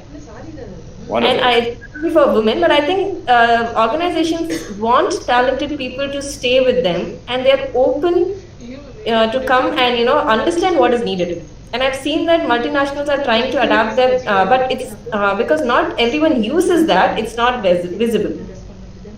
Wonderful. Actually speaking, during Corona time, a lot of companies said our top line came down, but our bottom line went up. And people were wondering how the hell that happened. And they said, our real estate cost has come down, no more rents, our transport cost came down, our canteen cost came down, all our overheads came down. Having experienced that, now companies are seeing how they can continue this model. I'm working with some of the clients where how to create accountability and ownership in the networking model, working from home model. So the flexibility is the order of the day. Wonderful. Let me go to the third phase, from planning to developing. So while developing, again back to what Rajendra said, appraisal, performance evaluation is a key. Now, what should be the motive of appraisal? Is that evaluating for salary reward, or is that appraising and giving career growth pathways? So should it be absolute one-to-one, or should it be comparison like the bell curve with others? Should there be a 80-20-10 model? What should be the L&D's role in the performance appraisal? Some of those questions, any one of you. who would like to go? Go ahead. Sir, yeah, I've been through a lot of appraisal cycles in personally and as an HR person. Yeah, bell curve somewhere I think is not anymore applicable. And there are a lot of conversations which managers have been asked to do not only during the appraisal cycle, but on a quarterly or half-yearly basis. And those conversations are to develop the career if the employee or if there is an issue, to bring it out then. Having that open conversations have been started happening more frequently than only during the appraisal cycle. And yeah, appraisal cycles are mostly for promotions and money, and everyone brings out the best. I think the employee just brings out everything they've done good, and the manager has already decided whether they will be able to give him the money and promotion, and accordingly the appraisal cycle happens. Yeah, wonderful. Good. Good. Kannan, do you like to add something? Yes, sir. I actually have a lot of challenging questions to pose rather than answers to give when it comes to utilize performance appraisals productively. So when I was with an organization, we invested a lot of money in getting the latest appraisal software, which enables you to do a lot of things when you're running the appraisal process. So one of it was a continuous feedback system where they said you can set goals, set milestones below the goals, and for each milestone you give feedback, awards, rewards, everything gets recorded in the history, and people will be motivated and all that. So to look at it from a HR perspective, it was very good, right? We all would agree it is good. But on the ground, like even the employee wants to update the milestones, or the manager wants to update the even getting it done once in mid-year and once in end of the year, we know what kind of a challenge it is. So it again comes down to the utilization and the real outlook from the talent's perspective, and also from the manager's perspective, what they're trying to get out of the system. So that has always perplexed me on that. Good, good. So they say performance appraisal has two objectives.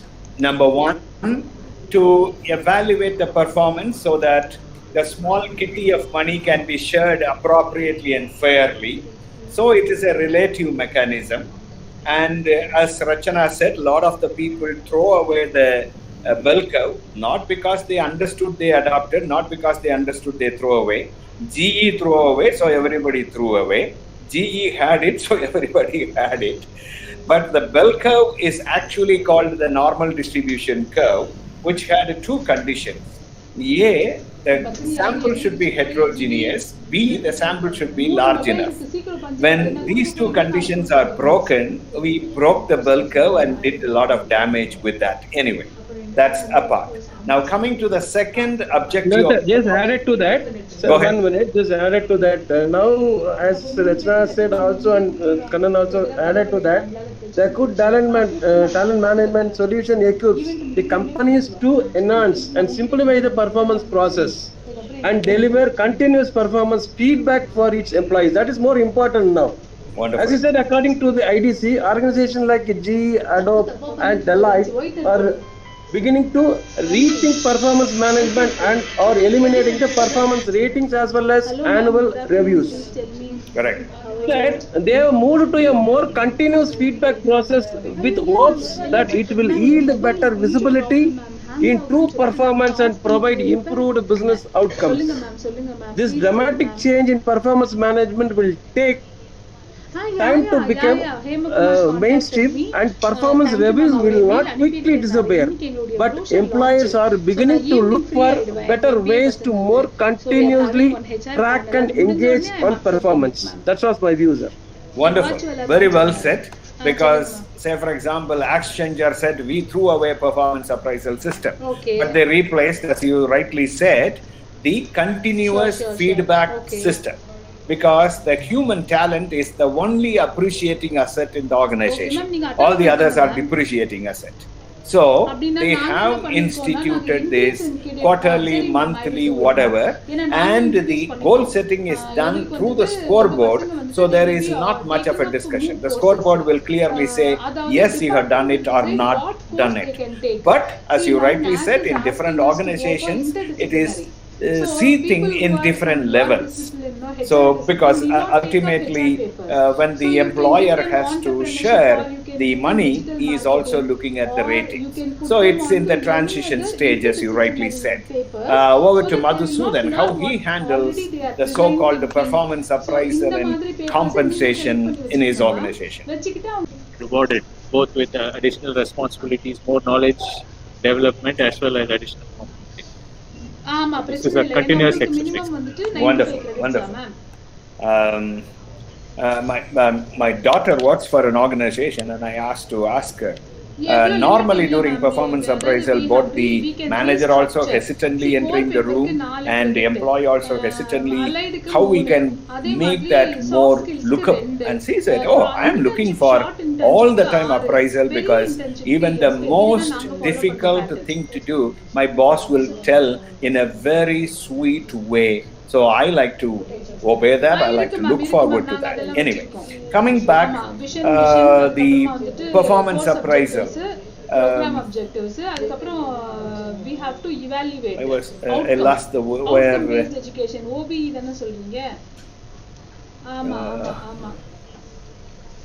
Okay. This where we have to give weightage in the performance appraisal. So some companies give weightage for results. Some companies, as Madhusudan said, for the expertise, the competency. Because by some reason like Corona, we may not have got the results this year, but we want to retain the competency. So we have to give some weightage. But I come across a case study, I like to get some answers, where the CEO wanted to give 50% weightage for results, 40% for the competency, for the current and future, whatever, and 10% for the passion of the employee, which may or may not be within the pursuit of the organization. And this employee wrote, I want to play piano and grow in that. That was his.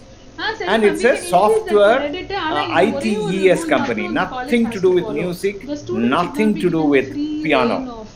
So finally, that company decided to give the 10% weightage for that performance appraisal, for piano, for driving, whatever be the individual aspiration. Any comments? Is that right, wrong in your opinion? Madhusudan, okay, go ahead. Sorry. Madhusudan first, Rachna will follow. Yeah, sorry, Rachna, to have jumped in before you. But there are a lot of studies which, for example, again, this is from my home ministry, that volunteering can be a critical factor in the greater employee motivation. Right? Many companies give time to the employees to volunteer for any social costs. So something like that is probably beneficial both for the employee, for the larger society, and the company. Something that is totally out of the sync of the company, I'm not really sure that in the company business. Anybody can play piano or play the guitar in their spare time. That has in my and that said, I know an entrepreneur. He and his it's a fast-growing company based in Chennai. They particularly recruit people. One of the key things they look for, has this person spent a lot of time learning either a sport or a musical instrument. They believe those people are used to working and used to a lot of focus and concentration, and used to facing a lot of obstacles or having ups and downs, because as a sports person, right, you go through highs and lows. So that is a different category. But volunteering maybe is a good example of where there could be some incentives provided. Wonderful. Good input. Rachna. I really like that that company gave the 10% weightage, because if my passion is given weightage, that means I feel valued in the company, and so I would want to stay with the company for for longer time. And I know during recruitments, like Mr. Madhusudan said, I know a lot of managers look for these multi-talented people because they're bringing a lot of creative quotient into the organization. Maybe they come up with a solution which is related to something totally different, but we can use that in our own problems, in our own day-to-day problems. So I think it's a great idea. Wonderful. So let me listen to Kannan. Rajendran is on. Okay, Rajendran, speak. Unmute Rajendran and speak. Yeah, I added to that. I also like to the giving a 10% towards the piano. Why I can say that a Gallup survey is very clearly given an indication that in the survey that 20% of the engaged employee perform better than the disengaged people. Also, the companies who have engaged employee, they can outperform more than 202%. That is what the Gallup very clearly saying on that. Also, 31% they give more productivity, higher productivity, and 37% more higher sales, and 3 times of the creativity. So these helps us to recognize their what you call the passion towards that can be turn around. They make use of the company benefit also. I remember one of the company who engaged a guy who was always sleeping in the company, and many people and many employees watching why he is sleeping.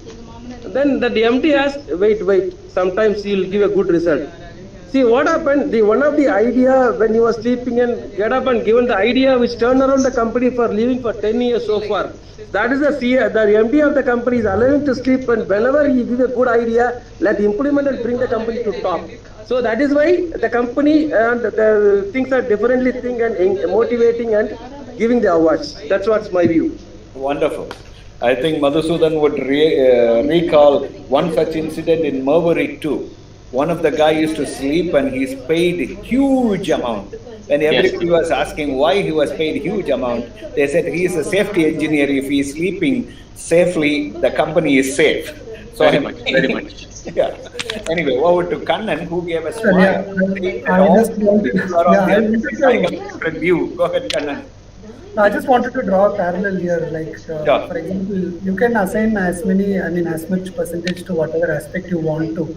But what do you do with that is the matter of fact. Like, for example, self-appraisal is something that every one of us fills out in organizations, right? And it would be foolish to think that the self-appraisal score actually affects your end result, in the sense your salary or any development opportunities.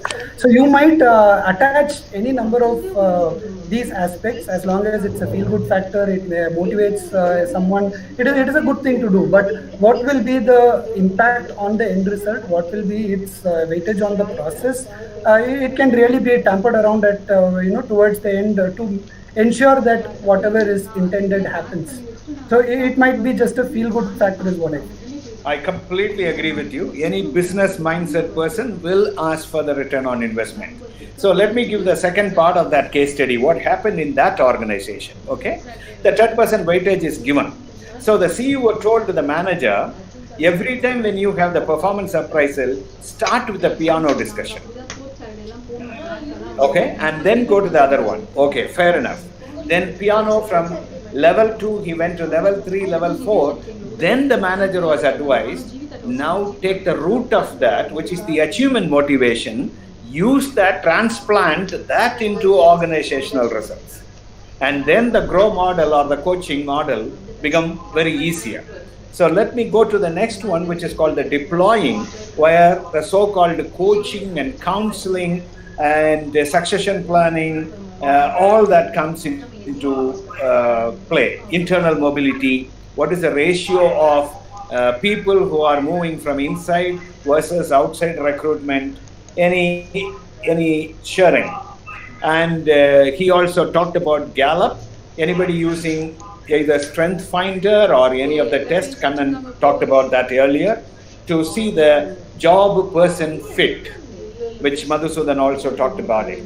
The deployment, the right person for the right job. So can I pitch in here? So yeah, being certified on quite a few tools like this, I also do something called genetic brain profiling, and I think that was a very recent tool which really gave a aha moment to me personally.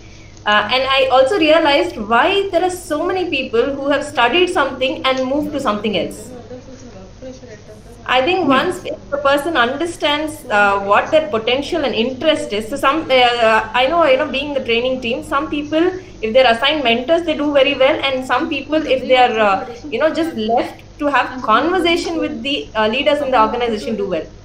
So I think the real focus is to understand what will make this person move to the next level, and understand the potential that sometimes this is what is the maximum potential this person has. Agree, and the person does not want to grow. I have seen managers who just want to be individual contributors because they feel if I become a manager, my freedom is lost. So if we are able to give that respect to the individual, I think a lot of the problems forcing people that we thinking that everyone wants to grow might not be the truth. Wonderful. That's really good. Anybody else to add? About the deployment, usage of on the deployment and the succession planning front, it is always about giving your employees or your staff members that leeway to fail. So that is something that we have also done when we were with L&T. L&T has a very rigid leadership development model. People know about it.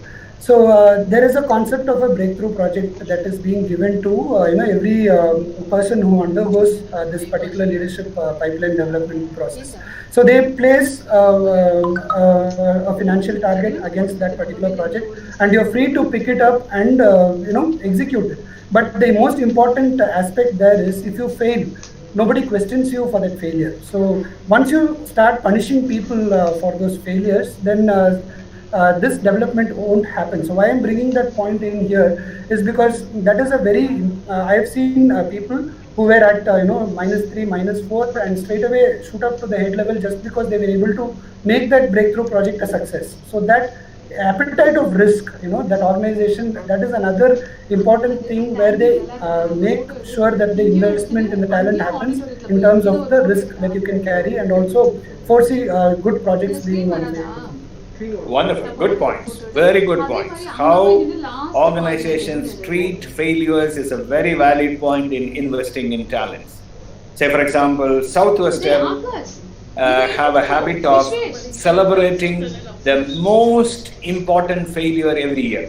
The chairman will be in the town hall and everybody can speak about the mistake I did during the year and the learning it brought.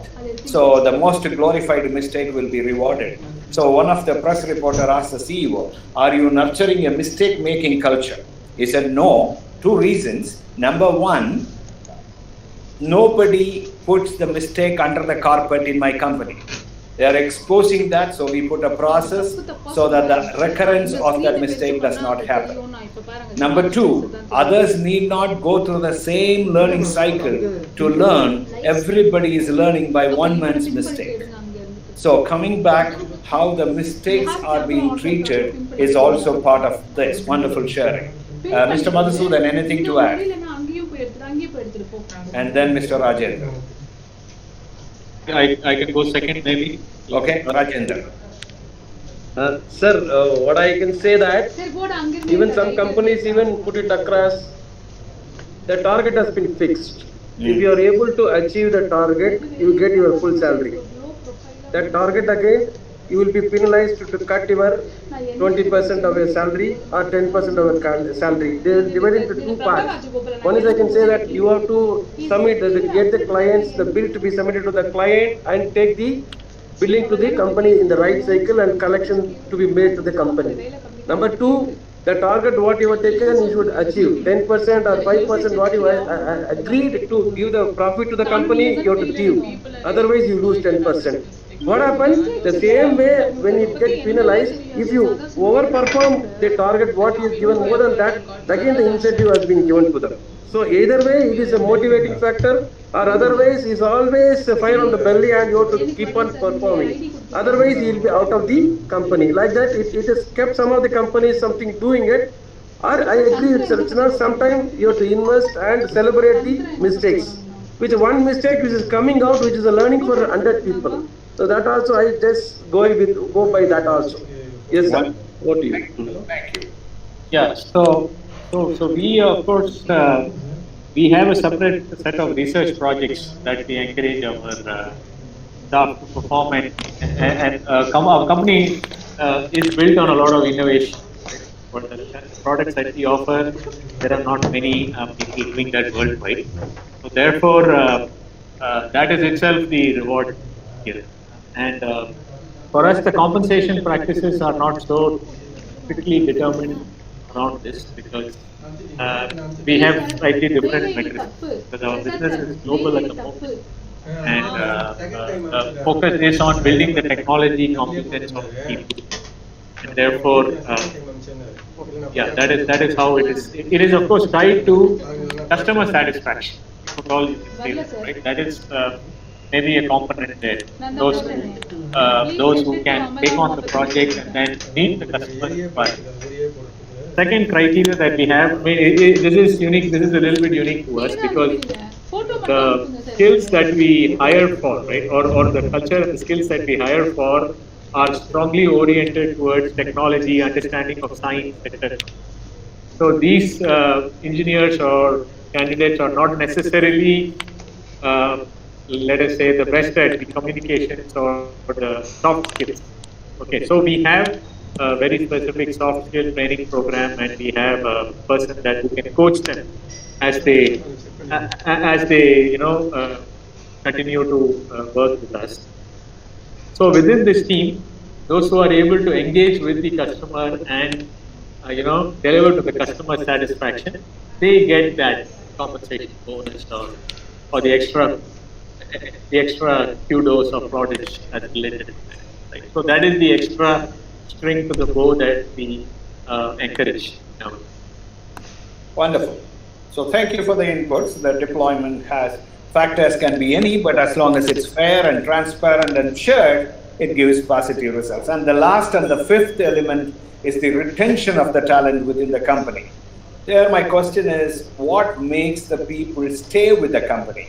Is that the unique nature of the company, like the technology and a global presence? Or is that compensation? Is that culture? Is that the boss or the leader? Is the welfare facilities? What actually make them to stay in a company, in your opinion?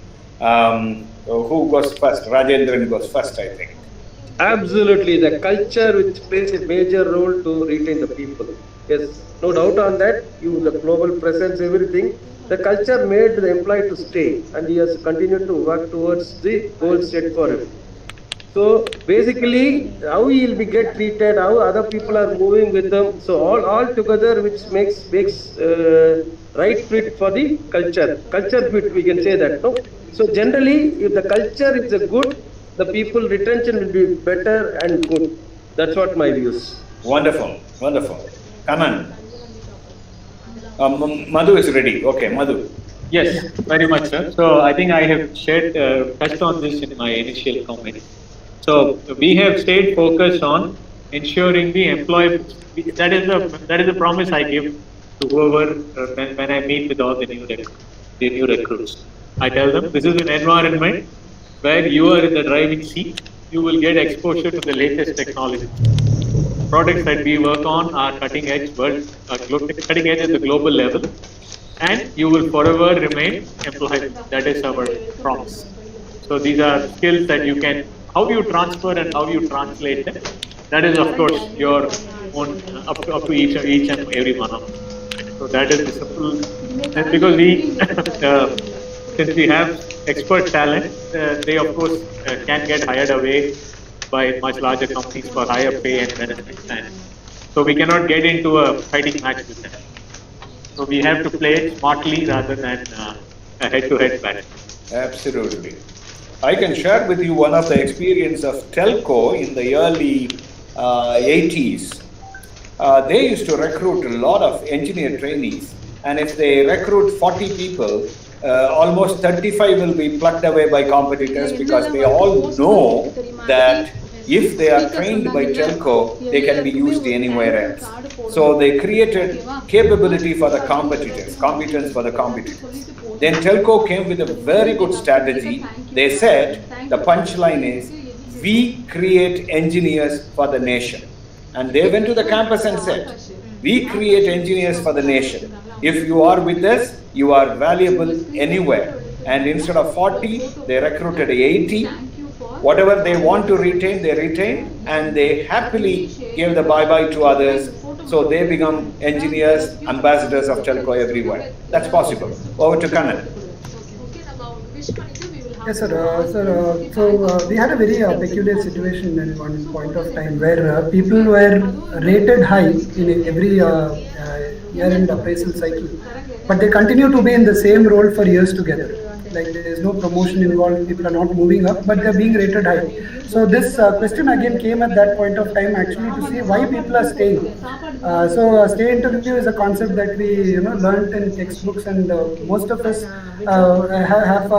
it is not a very viable tool to say so. Like an exit interview, a stay interview is not very common. So we decided we carry out a stay interview. So the learning from that was there is no one answer to this particular question as to why people stay. It is a very distributed answer. So, again, I am coming back to tailor making the offerings from the organization's end to why people are staying. Some people might stay for the culture, like Rajendran sir rightly pointed out, and that might be a majority set of the people. But still, you cannot ignore the other set of people who are staying back for the working hours, who are staying back for the colleagues, who are staying back for the family-like feeling. There might be so many other factors that that might surprise you, and we have to address these findings in a very focused manner to that particular sect is what in terms of retention we should always try to do.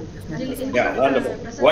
One thing doesn't fit everybody, I agree with you. But there was some survey done, of course. I think Hewitt or Mercer, I don't remember, they did a survey, whether compensation or culture, this. Mostly they went into the culture side, as Rajendra said. And the top of that came as quality of colleagues.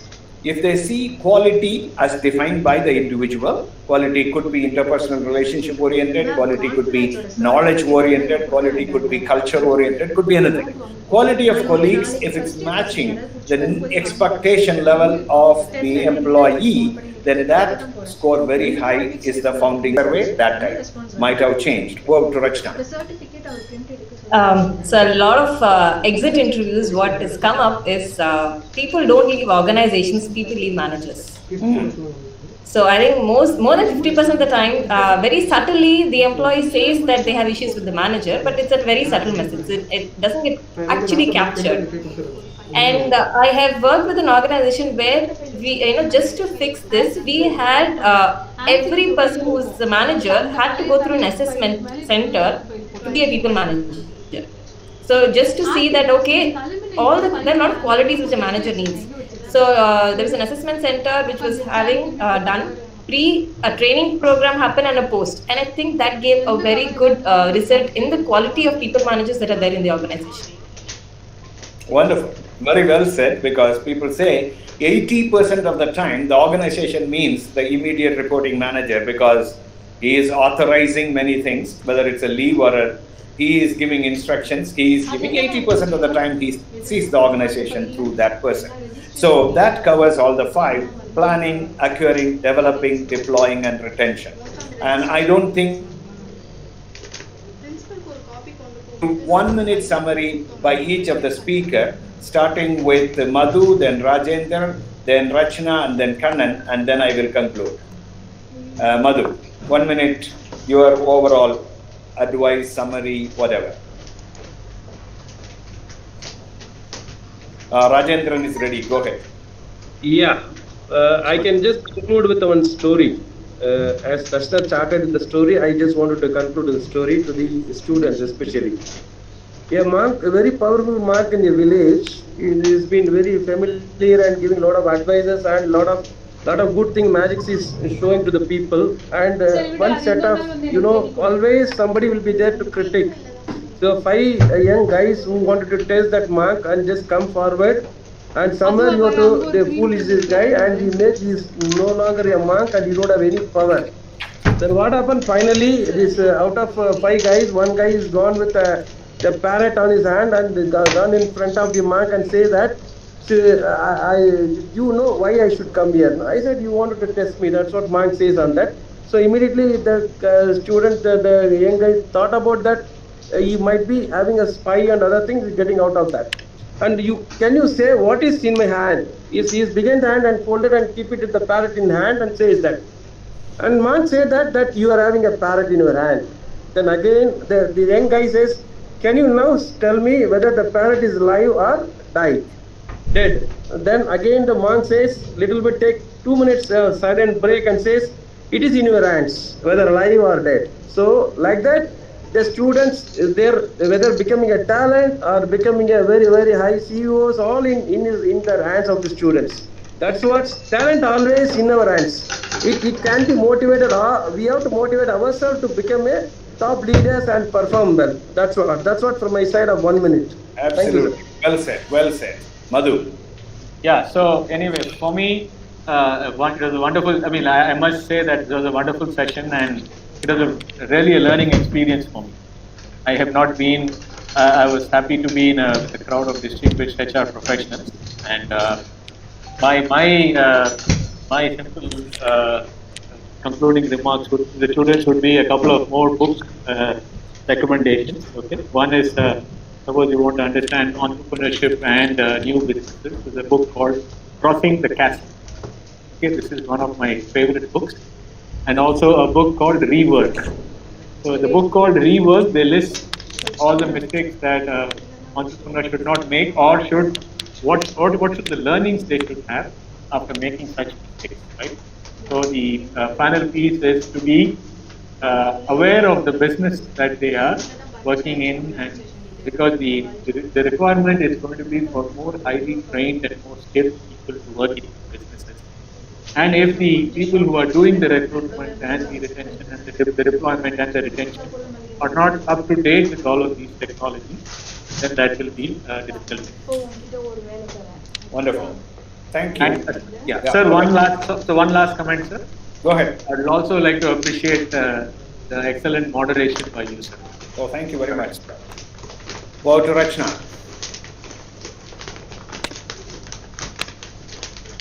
Actually, Madhu, we are all MLAs, mutually learning associates. Sure. Go ahead, Rachna.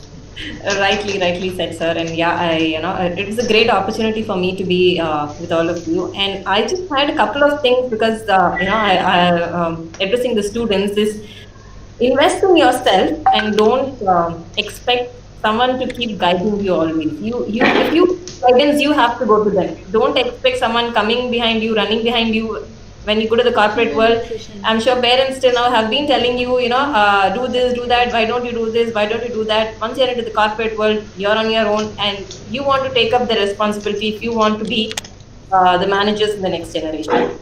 And look what is your passion. Look for what is your passion and go behind it. Just invest all time, effort, and money on that. I think that is what I would want to conclude with. Thank you, sir. Wonderful. Kanan. Yes, sir. So it's time for advices, a part that many of you would hate, but it is not avoidable. So one thing is, I would always tell people that we should always focus on becoming well-rounded professionals. It's like not the I am a HR person, I'll only learn this, I'll only do that is not the outlook. So people will say, why I should read Economic Times? That's the finance person's job to do. I need not do that. So that outlook, if it goes, and you never know which skill set of yours comes handy at what point of time. So always try and build on your strengths and try to improve on your weaknesses or what you see as a point of improvement.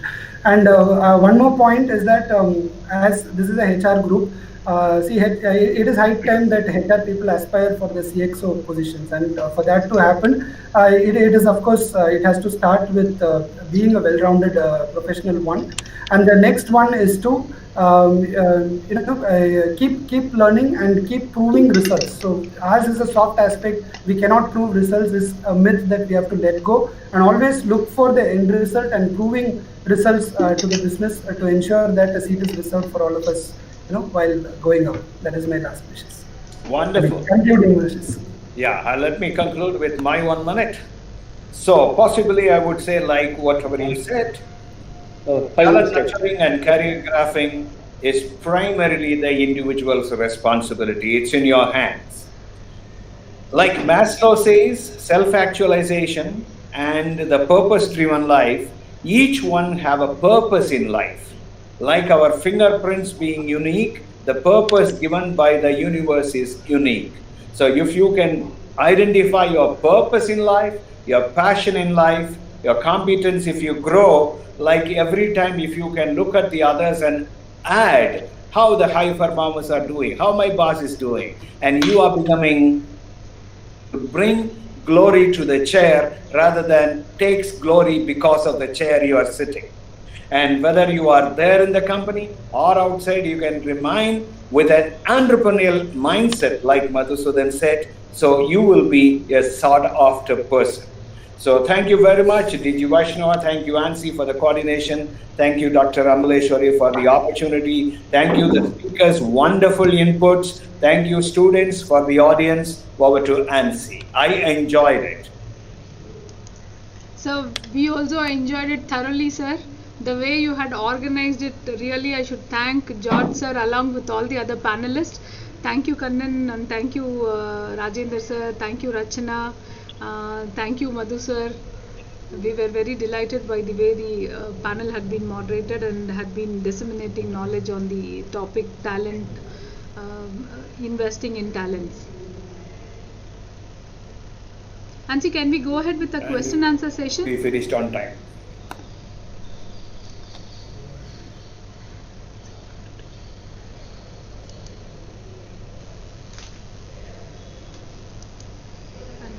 Q&A session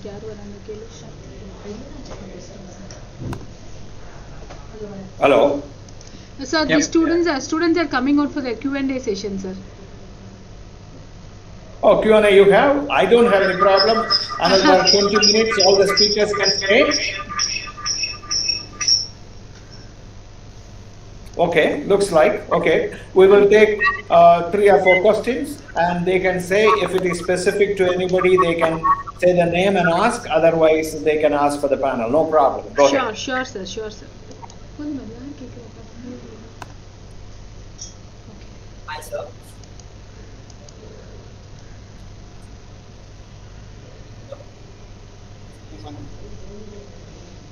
Hi, sir. Yes, go ahead. Good evening, sir. So, myself, Rakesh, sir. The first question is certificate. Make it more audible.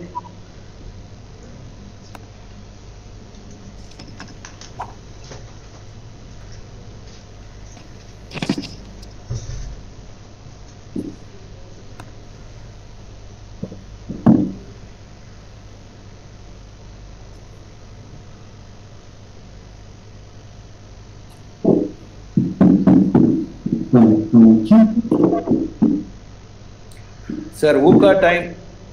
Before people change their mind, go ahead quickly. Yes, sir. The first question to you.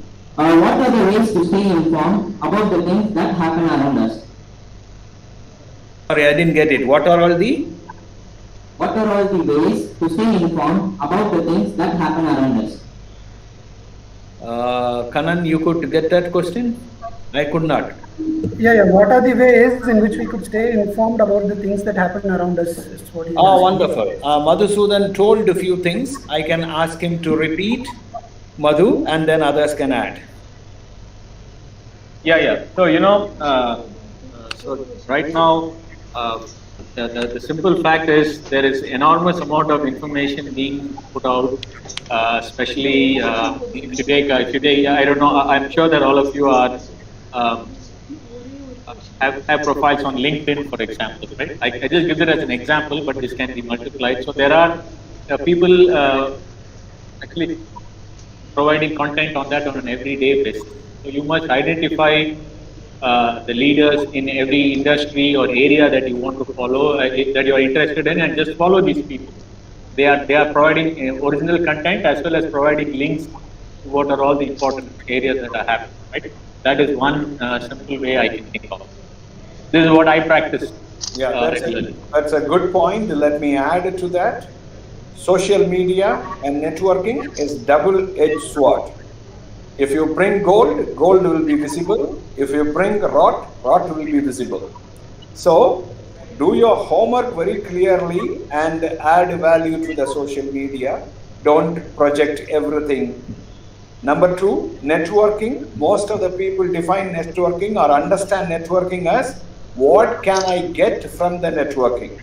But networking starts with value addition to the other person, how I can add value to the network so that automatically that person is inclined to ask, what can I do for you? Have it in mind. Go ahead. Anybody else wants to add? Yeah, I just wanted to add the answer to that is pretty much in his question. Like, first we have to be clear what is that you want to be stay informed about. So, what are the things that you care for? What is it that you want to know? And then you will stumble upon opportunities where you can learn from once you start seeking. So, knowing clearly what you want and then going ahead in your search will help.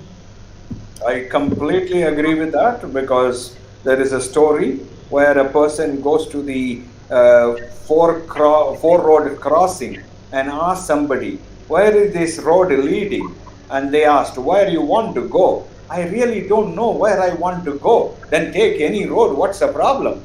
So clearly put your career goal in the map, and then you will know which option to take, which option to leave, because success is as much as of omissions as much as of commissions too. Rajendran, do you like to add anything? I can simply say that keep your ears on the earth. What's happening, just observe. What is good for you, take it. Do not into that wrong network. That also you pull you bad. Correct? So that's what I can say that. Good point, because where you spend your energy is a very important question for a lot of parents today. Rachna, over to you. Sir, I just would like to second Kannan, because that is what even I do. So whatever I want to be informed on, I just keep my ears on the ground. And it's not only social media. Talking to people is very important in that field. You get to know much more when you interact with people than just reading and listening on the news. Wonderful. So you have another question? Go ahead.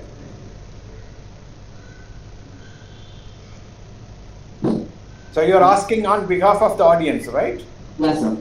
Okay, wonderful. Go ahead.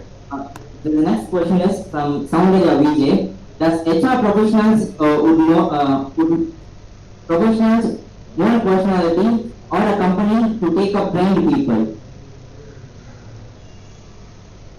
Ansi, can you repeat that question? Or Kannan, you are the expert. No, sir, I fail now. There is a problem with the mic, I think. Can you repeat, my dear? What are all the HR? Does HR professionals mold personality or a company to take up trained people?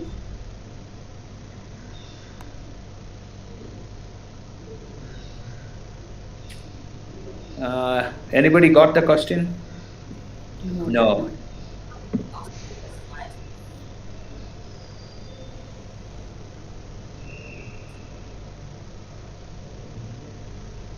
I don't want to assume the question.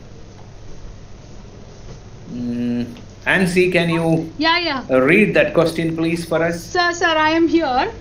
Sir, there is a question from Soundarya. They say that does HR professionals mold personality or a company to take up to train their people?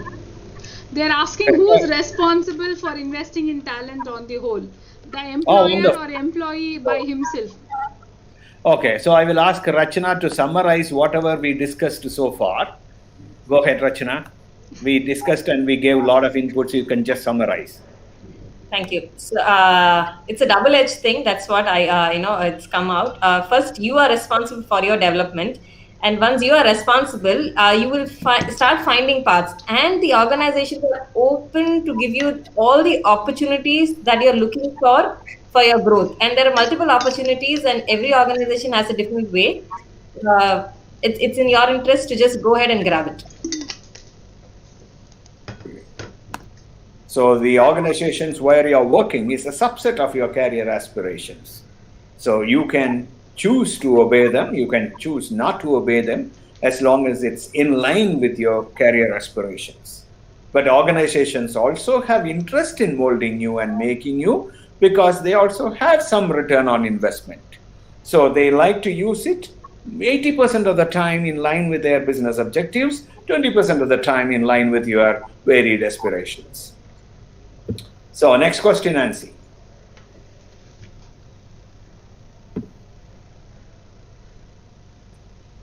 Sir, I think the questions are all done. because I Okay. combined the last two questions, like the employer responsibility or the employee's responsibility. So it is Yeah, the that same also one. we which is- answered anyway. Thank you very much, sir. Thank you very much, sir. Thank you very much. Thanks to everybody who made the day. Wonderful. And I wish all the students a wonderful career, possibly 15 years from now or even 10 years from now, you will be talking and we will be listening to you. All the best. Thank you, sir. Thank you very much, sir. Thank you. Thank you. Thank you, everybody. Thank you so much. Thank you very much. Thank you, Madhu. Thank you, Rajendra. Thank you all. Bye-bye. Thank you, Rachna. Thank you, Kannan. Thank you. Bye-bye. Over to the MC. Over to the MC. Thank you all the panelists for your views and suggestions on the topic of investing in talents. It was extremely informative and we were all thoroughly entertained. I hope everybody has understood the significance of investing in talents. Lakshmi Shukla of second MBA will now propose the vote of thanks.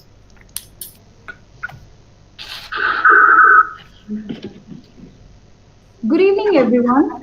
It's an honor for me to express my gratitude to everyone present here on this day. It is rightly said, it is not the place but the people that make the place worth remembering.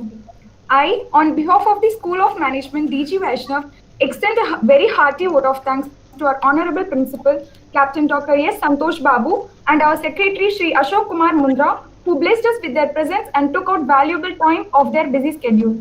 I want to thank the chief guest and the guest speakers of the day who gave their vital time from their busy schedule to grace this meeting. I want to thank all of them for their wonderful and thought-provoking speech.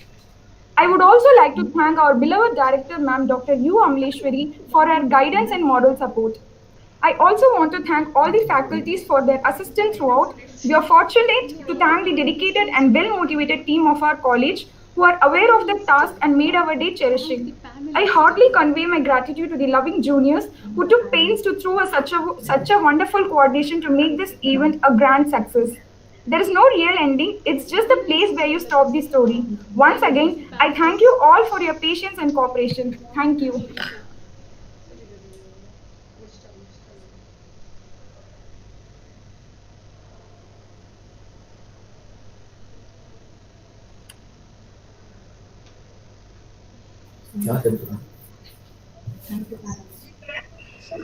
Thank you all the panelists for your views and suggestions on the topic of investing in talents. Thank you all the students for listening to the panelists. Thank you all. Thank you. So thank you very much for joining us and making this event a very, very successful one, sir. Would like to invite you all in person to our college once again. So I extend my warm welcome to you one and all. Thank you, sir. Thank you. Thank you, sir. Bye-bye. Thank you, sir. Bye, sir. Take care, sir. Thank you, everybody. Thank you. Thank you, Kannan. Thank you, Kannan. Thank you, Rachna. Thank you, everyone. Bye. Thank you. Bye-bye.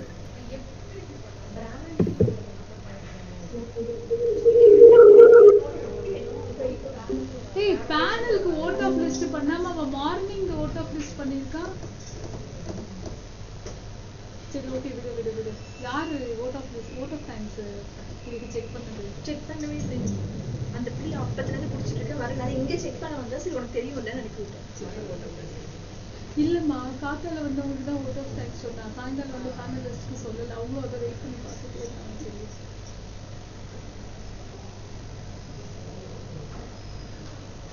நான் இங்க கை காட்டுறது தெரிஞ்சுதா கேமரால?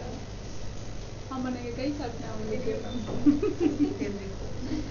சரி நாளைக்கு எடுத்துக்கலாமா கலைஞரேன்னு? Yeah, they can leave. They can leave and tomorrow by 9:30 they should be in the auditorium. 10 o'clock we are starting off with the panel. Actually we are not planning to wear the uniform since we were. Then come in all formal chudidars.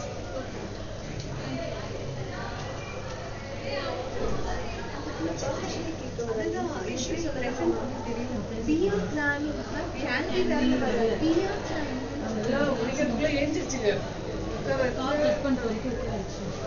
Hey Rakesh, Shaktivel, good job. In the note. Sorry about the question. பரவாயில்ல அதுக்கு என்ன பண்ணுங்க technical issues sir The question is about the professional, the HR professional. ஆமா notepad எடுத்துக்கோங்க notebook எடுத்துக்கோங்க notepad எடுத்துக்கோங்க Thank you, ma'am. Good, both of you have done good. Okay, ma'am. Tomorrow also by 9:30 they should be in the auditorium. Okay, ma'am. Okay, coordinate in your group. Okay, ma'am.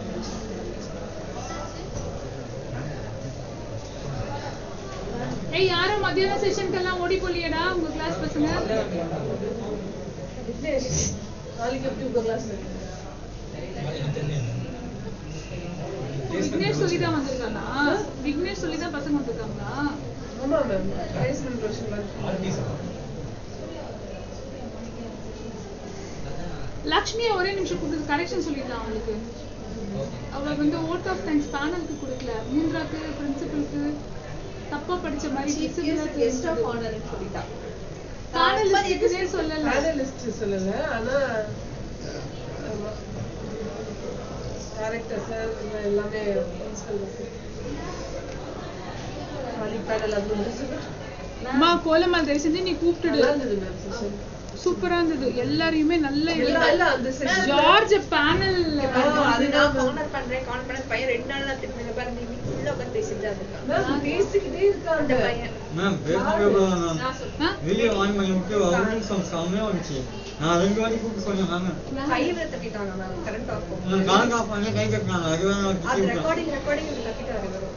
ரெக்கார்டிங்ல இருக்குது கை தட்டி இல்ல mic மியூட்ல தான் வச்சேன். அது issues இல்ல. Mic மியூட்ல தான் வச்சேன். அடிக்கடி மைக் பட் ஏஞ்சி அதுக்காக நான் மீட்டிங் கேமரா போயிட்டு இருக்கான், எடிட் பண்ண முடியாது. இல்ல லைட் ரெக்கார்ட் ஆகல. அதான் ரெக்கார்ட் ஆகல. நான் மியூட் பண்ணி மேம் கொஞ்சம் சொல்லு மேம் எப்படி எல்லாமே ஸ்கூல் பசங்க மாதிரியே காங்க. நீங்க காலேஜோட மெச்சூரிட்டி எங்க தப்பு நடந்தது? பேனலுக்கு தானே நீ ஓட் ஆஃப் தேங்க்ஸ் கொடுக்குற, எதுக்கு முந்திர சாருக்கு எனக்குலாம் தேங்க் பண்ண? பேனலிஸ்ட் 7 பேர் இல்ல. who gave you this content? இரு who gave it? கோலமால் மேம் said that thank முந்திர சாரா? எனக்கு பரவாயில்லை, but still I wanted to reach you. அதுக்குள்ள it was all over. next time என்ன பண்ண போறன்றதை நீ நேம்ஸ் பார்த்துக்கோ இன்விடேஷன் வச்சு.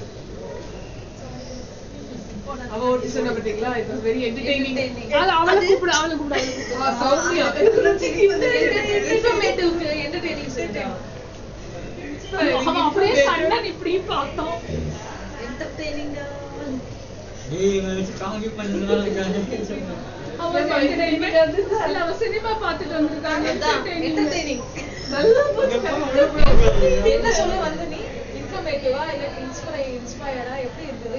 how did it become entertaining session தெரியல. டக்குன்னு தெரிஞ்சதானா? சரி பரவாயில்ல. Take care. Next time cinema பார்த்துட்டு இருந்தா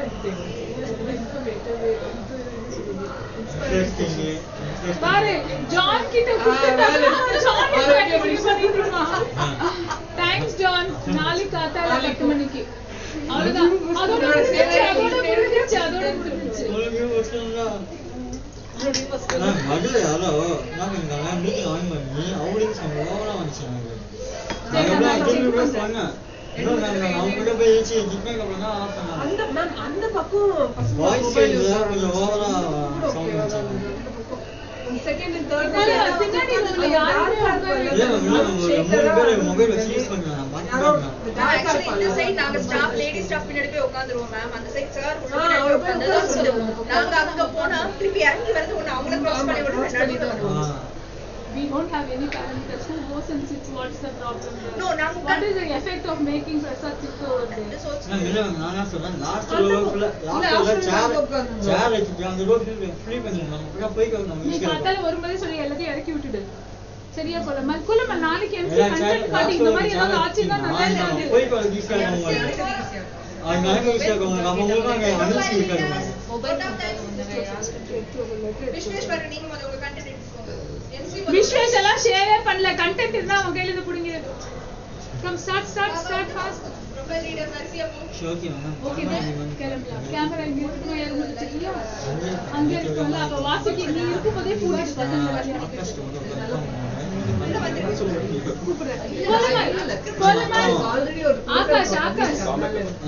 second year Akash first year Akash.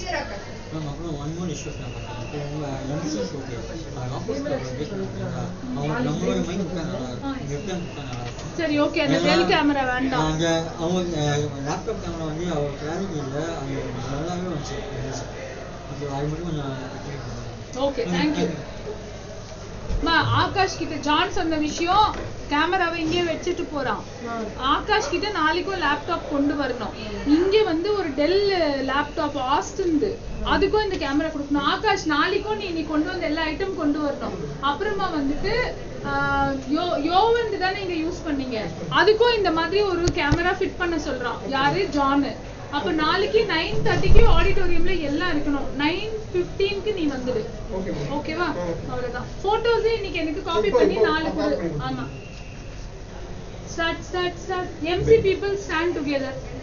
Yes, profile readers this side. Do you all know all the profile what do you call guests are coming tomorrow in this panel? Nobody is drop out like Ganapati sir. No ma'am. No. Who is doing vote of thanks sir? For what? For whom you are doing? For the panel ma'am.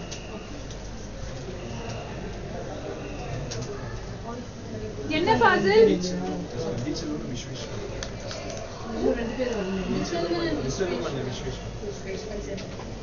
எத்தனை பேர் அந்த பேனலே? கம்மி தானே, 5 பேர் தானே. 5 profile readers 2 அப்புறம் vote of thanks ma'am. அதே மாதிரி ஈவினிங் செஷன் இவங்க 3 பேர் ஈவினிங். டீப்பன் வரலாம். ரொம்ப ஆக்டிவா இருக்காங்க. டீப்பன் இருக்காங்க. அதான் அவன் ப்ரொஃபைல் அவன் படிக்கறானா இல்ல வேற யாராவது? அவன் நாளைக்கு மார்னிங் நான் படிச்சேன்னு சொல்றேன். When something is important enough, you do it, even if odds are not in your favor. Elon Musk, with his providing thoughts. No, this is not the first day. You are afraid of me? No, ma'am. No, ma'am.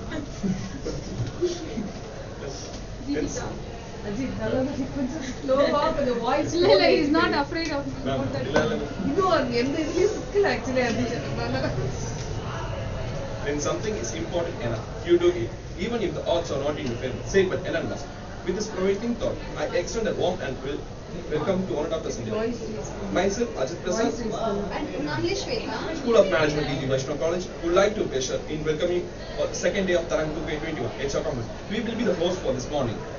School of Management highly believes in experimental learning. Ajith அவ ஸ்பீடுக்கு தான் நீ படிக்கணும். நீ வந்து எப்படி பண்ணனா fast forward பண்ண மாதிரி இருக்குது நீ பேசுறது.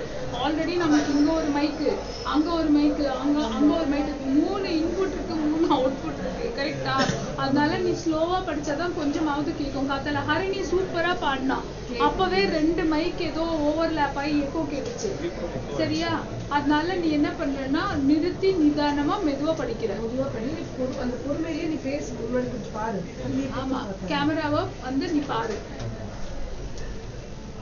Shweta. School of Management highly believes in experimental learning. School of Management highly believes in experimental learning, where Tarang HR Congress is a part of it. As a part of dynamic revolution, our Tarang HR Congress intends to raise a platform for HR professionals and budding aspirants to excel in trending concepts of human resources. Tarang HR is a unique event for HR professionals to exhibit their most influencing HR practices and initiatives to various organizations. Businesses need to work on responding to the current crisis while simultaneously build to strive, survive and sustain in a new reality that focuses on digitalization and multi-stakeholder collaboration. You also, I will take away the profile reading or whatever you aims to create a better insight to student community to be corporate ready in this dynamic arena. Today's topic of the day is hacking HR and HR Tech Initiative. To wake up rapid digital issue, many companies are undertaking today. As a result of improved performance, organization structures have undergone significant changes. With digital technology, increasing efficiency of several processes, companies have evolved their internal structures and decision-making frameworks to better leverage their opportunities. டேய் நீ ஏன்டா முழுங்கி படிக்கிற? நீ இப்ப read பண்ணு. இப்ப வெளிய போயிட்டு உட்கார்ந்து பொறுமையா ஏதோ ஒரு டென்ஷன் இருக்கும் மைண்ட்ல, அதை ரிலாக்ஸ் பண்ணிட்டு திருப்பி வா. ஓடு. நீ முன்னாடி பண்ணிருக்கதானே ப்ரொஃபைல் ரீடிங் எம்சி எல்லாம் எதுக்கு இப்ப நீ ஓடு. He is nervous. Who is the next one to read the profile leaders book? Ajith 2 minutes உட்கார்ந்து தண்ணி கிண்ணி குடிச்சிட்டு வா. நீ ரொம்ப ஃபாஸ்டா பண்ற. Now it's time to introduce our moderator and panelists. I now invite Deepan of second MBA to introduce our moderator, Mr. Umashankar. Deepan is not here. Thank you, Deepan. Now I would like to call Vishwesh to introduce our panelist, Ms. Kupalakshmi. Good morning, Miss everyone. Kupalakshmi. Good morning, everyone. I'm glad to introduce our speaker for this day, Ms. Kupalakshmi. Ms. Kupalakshmi heads the Zoho for Startups program globally. She has been a part of Zoho's growth story for about a decade, and bridging the gap between business and technology has been her core area of work. She focuses on strategic alliances between Zoho and various startup bodies such as state governments, incubators, accelerators, and other stakeholders. She is a mentor to various startups and guides them on pitching, design thinking, and on using EQ when hiring new talents while setting up the vision and culture of the startup. Her extensive experience of being a soft skills and communication trainer and a voice and accent specialist strengthens her expertise in storytelling, and she is a great fan of Explain It Like I Am 5 concept.